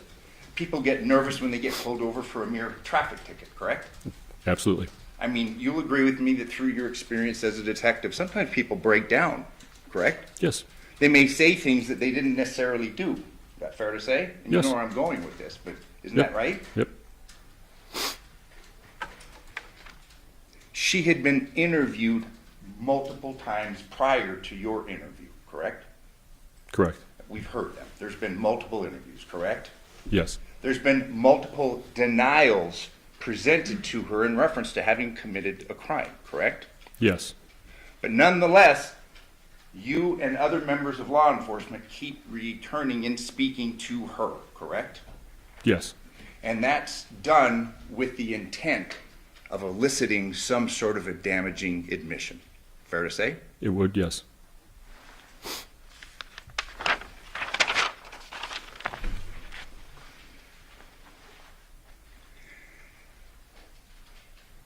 A great deal of emphasis was placed upon the timing in that house, correct? The hour, is that what you're referring to? Yeah. Yes. Yeah, you keep talking about an hour and 4 minutes. Correct. Over and over and over again, correct? Yes. We've heard testimony from a person that's pretty into time, that she came down to clean about 1 a.m., all right? Yes. And she testified that she spoke to Devyn for about 15 minutes, all right? Okay, I didn't know the length of time, but I knew that they met in the kitchen at 1 o'clock. And we do have video evidence, and some issues have been made about the completeness of it, but the video evidence, we have her leaving the house at 2:04, all right? Yes.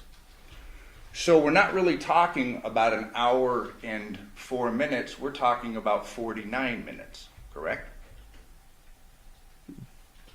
Okay. Much less time, correct? Not considerably, but yes, less. She had told you that she was cleaning things up when Yoko was there, correct? Dishes that she handed to Yoko.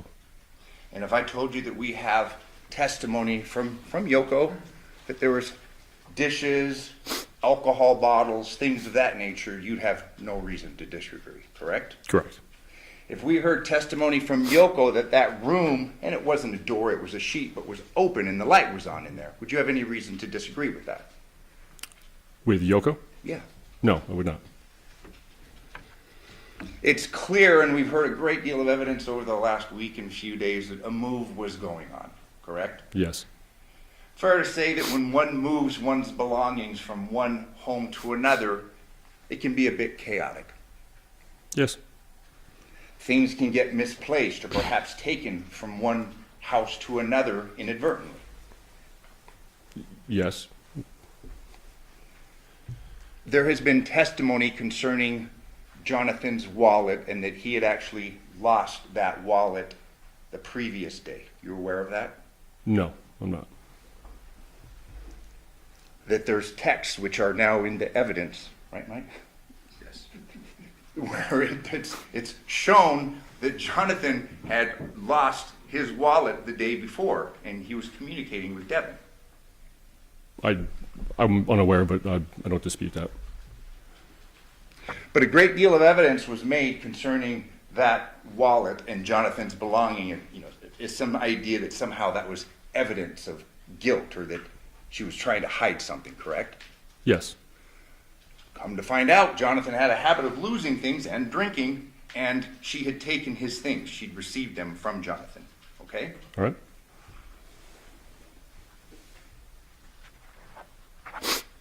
There's been evidence concerning the phone that was taken. Jonathan's phone. Okay? Yes. There was never a statement by her, I took his phone on purpose, correct? No, I don't believe she ever said anything like that. Fair to say that, she arrived home at 2:42? That sounds right. And I'm just talking about from the 6th to the 7th right now, so I won't have to keep saying Yes, the date. I But understood. you agree with me, it's reasonable to believe that maybe someone may take someone's phone by accident. Fair to say? Possibly. Someone may take another's keys, either by accident or on purpose, if that person's been drinking. Reasonable? It's happened before, I assume.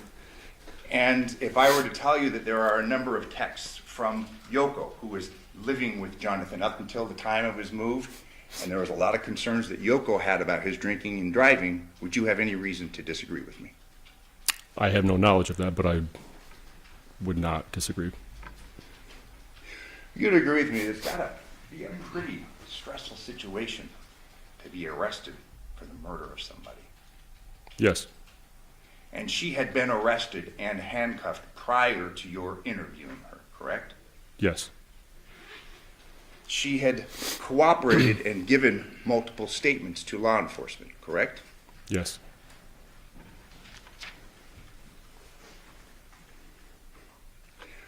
You're aware of statements, and we've heard them concerning Johnathan, although she said he wasn't cut. She had said that he had said something about injuring his hand in reference to a white table. You're aware of that? I don't believe I am. White table was found at her place. They had moved it. Aware of that? I don't believe I am. Okay. You'd agree with me, people can injure themselves moving. Yes. Common sense. Yes.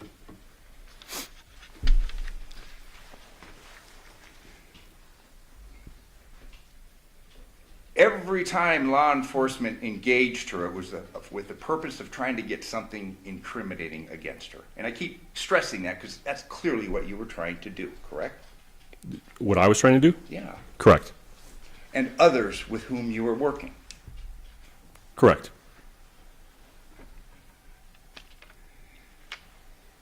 You'd asked her about what Johnathan was wearing when she left, correct? Yes. And she said he was wearing boxer shorts, boxers, correct? She did. She stayed consistent with that, correct? Yes. But you had a photo, and it's been evidence that the boxer shorts were gone, correct? Yes. That's what she honed in on the picture. She noticed, yeah. He had boxer shorts on when I left, correct? Yes.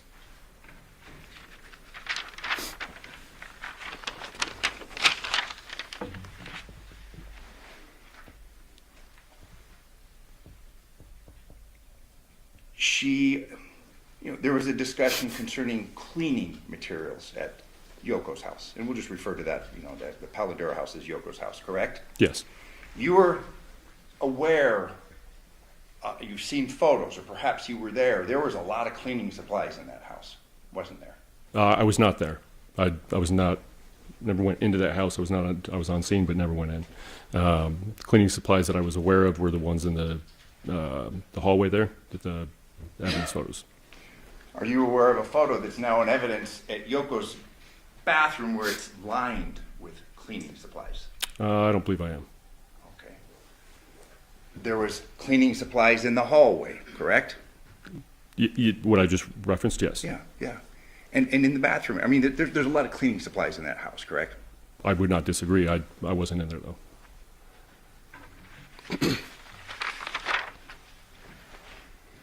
Fair to say that she has been interviewed over and over again, and her statements, protestations of not having done anything to Johnathan weren't getting her anywhere.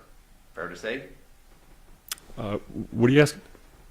That through her various interviews and her, I said protestations, her saying over and over again she didn't do this, wasn't getting her anywhere, correct? Correct. She gets arrested. Her daughters are brought up. She's threatened with nobody's going to believe with what she's going to say, and then she tells you about hitting him in the head, correct? Correct. And that's it, correct? In your interview. I mean, she talks about hitting him in the head with something Yes. near the bed, She, correct? she hits him, and there's points where she says that she doesn't remember. Yeah. It's possible, but she just doesn't remember. Okay, and we'll get to that. But you'd agree with me that hitting somebody in the head, assuming that happened, is different than killing them and decapitating them. Yes, absolutely. She actually points out that hitting him in the head with something is a completely different matter, or something to Yes. those, correct? Yes.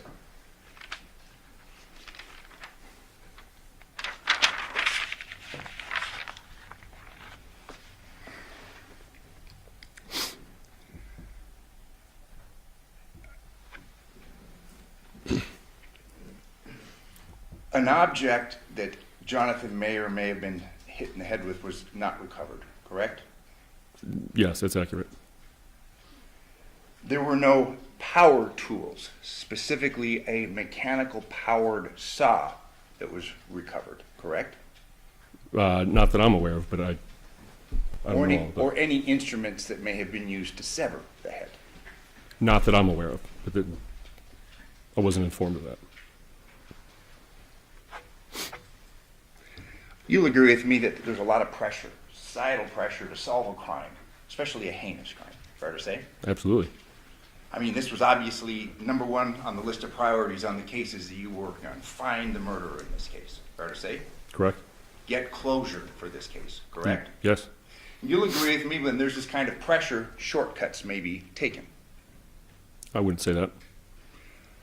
It's easier to focus on one defendant, one object. Hey, we do know that she was there versus someone else. Fair to say? It's the shortest distance between 2 points. Are you asking why she became a suspect? Yeah, she was the easiest person. She was there that night. Fair to say? That among other things, but yes. Yeah. She had said repeatedly that they were together that night. We know she was, correct? Yes. In fact, they had been together late the night before. You're aware of that? Yes.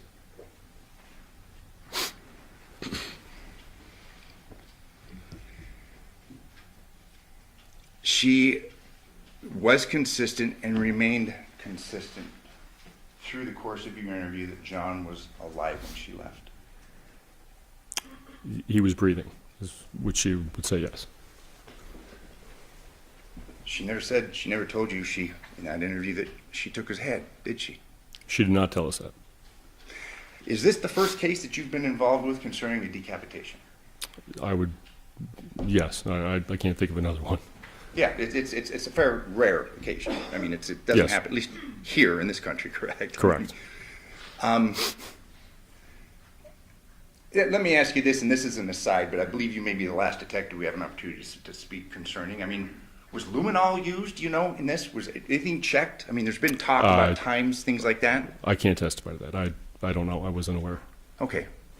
So, based upon your interview with her, she hits him in the head, and now we know it's about 49 minutes she leaves, correct? She's in the house for at least till 2:04. Okay. That'd be a lot of time to actually decapitate somebody, clean it all up, and get rid of all the evidence, correct? Be a considerable amount of time. That's a pretty tight timeline to get rid of. I mean, obviously, we've heard testimony that, if you decapitate a person, it creates a mess. We've seen photographs that there was a fair amount of blood, correct? Yes.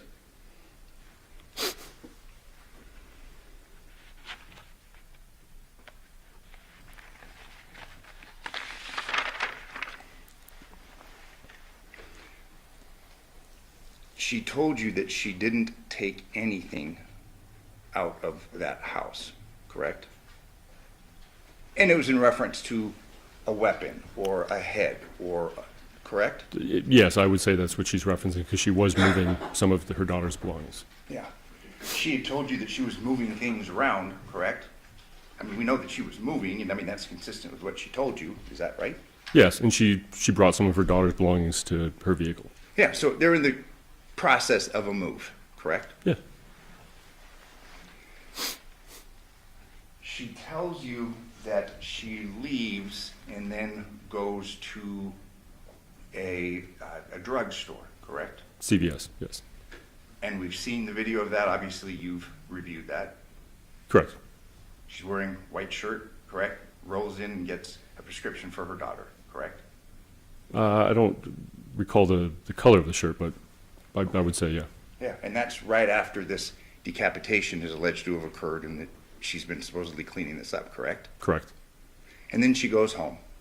2:42, I believe you said the time was? She arrives home, yes. That's consistent with what she had told you, correct? Yes. In your understanding. There was talk concerning her going to the school the next morning, and you're aware of she did go to school the next morning and try and enroll her daughters. You aware of that? I believe that's, yes. We do know that she went to a gas station, Funnies, correct? The next day? Yeah. I'm not aware of that.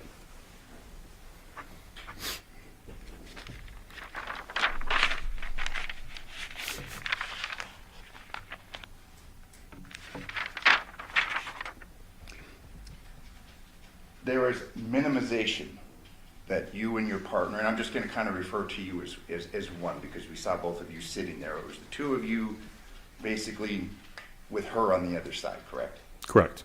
You're both large men. I mean, I'm pointing out the obvious, but I mean, you're in shape. You're a big guy, correct?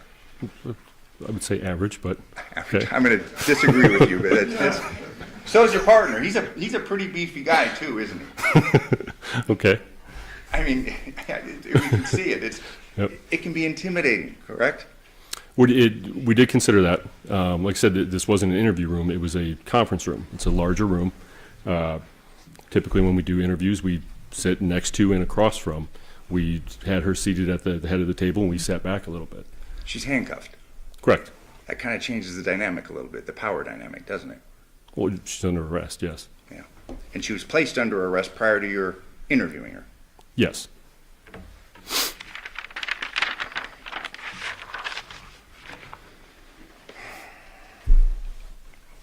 She's told at the very beginning of this interview that she's going to fess up. She's going to help you. It's going to help her to give you information, correct? And that precedes her talking about hitting him in the head, correct? I don't think exactly that, but I would say that works, yeah. And then the jury has this video. I mean, the video speaks for itself. Yes. It's after this that then this idea about her hitting him in the head with something comes about, correct? I don't recall the exact timeline, but it's obvious we've seen it. Yeah. And through the course of this interview, nothing more than that, correct? Correct? I mean... Nothing more than what? Than that. She hit him in the head with something, he left and he was breathing, correct? She at the end, she said that she waited around to make sure he was breathing, but yes. Yeah, yeah. He was alive. Yes. You are aware of the phenomena of false confessions, correct?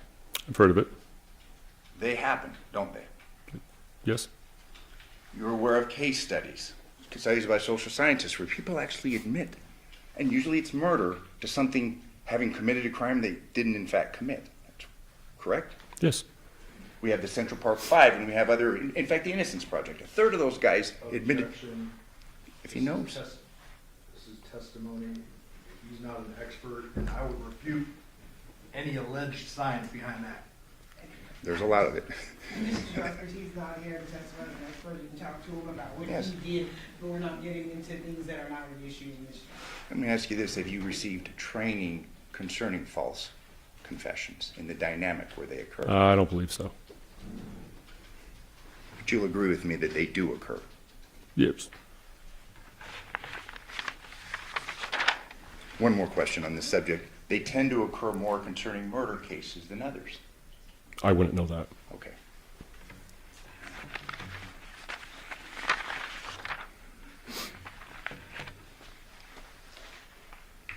It's only after that you and your partner are basically swearing at her, telling her the shit's gonna get real, saying, about the kids and John, that then she kind of has this where she doesn't quite remember, correct? That's fair to say, and that's a fair summary of what occurred during this interview.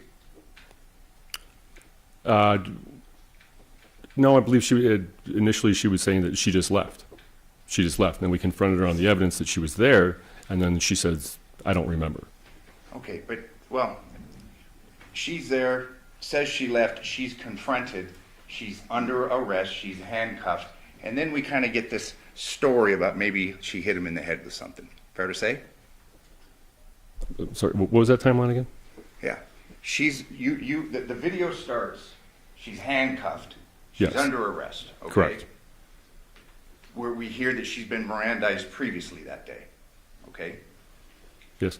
Her first story is that, she says that she just left, and then when that doesn't help you to get her to admit to something, it gets confrontational. Fair? That's when we tell her that, hey, we have evidence that you were there, you didn't just leave. Okay.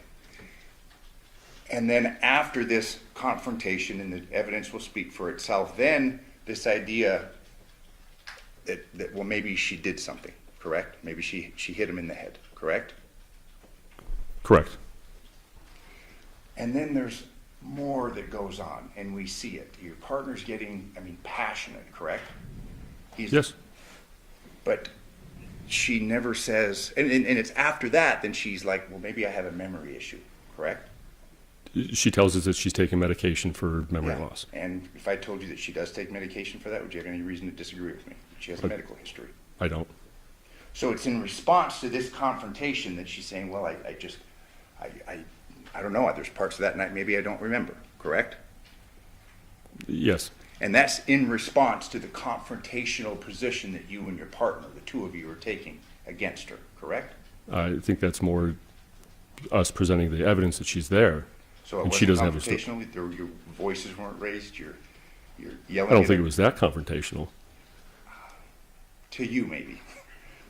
Okay, you've got a 230-pound woman that's handcuffed with you, correct? Yes. And then it's after that, then we see that there's, well, maybe I don't remember something, correct? Correct. But then later, she actually gets passionate with you and says, I did not do this, correct? Yes.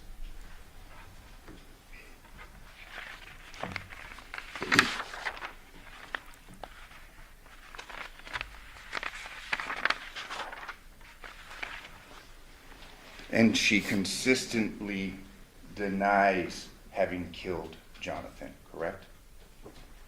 Correct. She consistently, and she even looks at the photo through this and she's like, I didn't do that, correct? At one point, yes.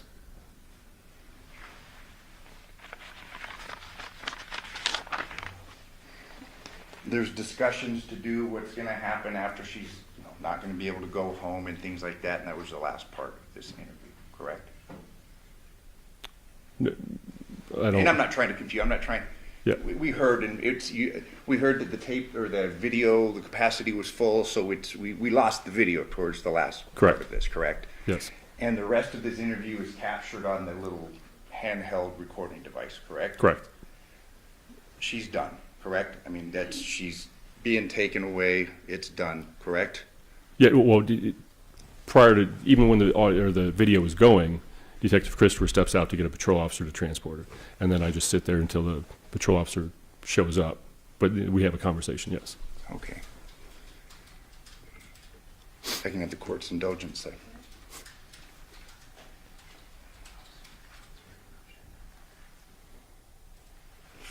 Fair to say, for all intents and purposes, then this case is done and we're here now for trial, correct? For my part. Yeah. I did not the end of it, but that was the end of it. That was your part. Correct.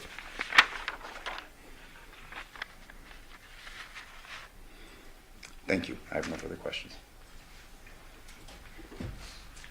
Just real quickly, Detective, the point of talking to a person multiple times, it's different in different types of cases. Would you agree with me? Absolutely. And here we have a very glaring piece of evidence that's missing, correct? Yes. And John had children, 3 of them, right? Yes, he did. He had 2 little girls. And the son.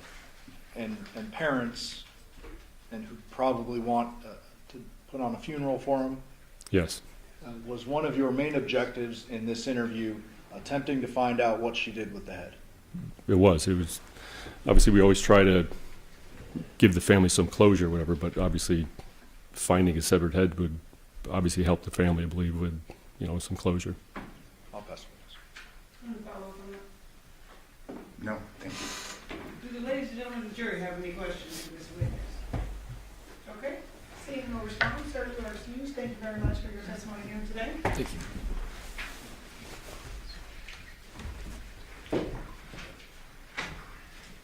State, can you call your next witness? At this time, the state would rest its case. Okay. All right, ladies and gentlemen, at this point, the state has arrested their case.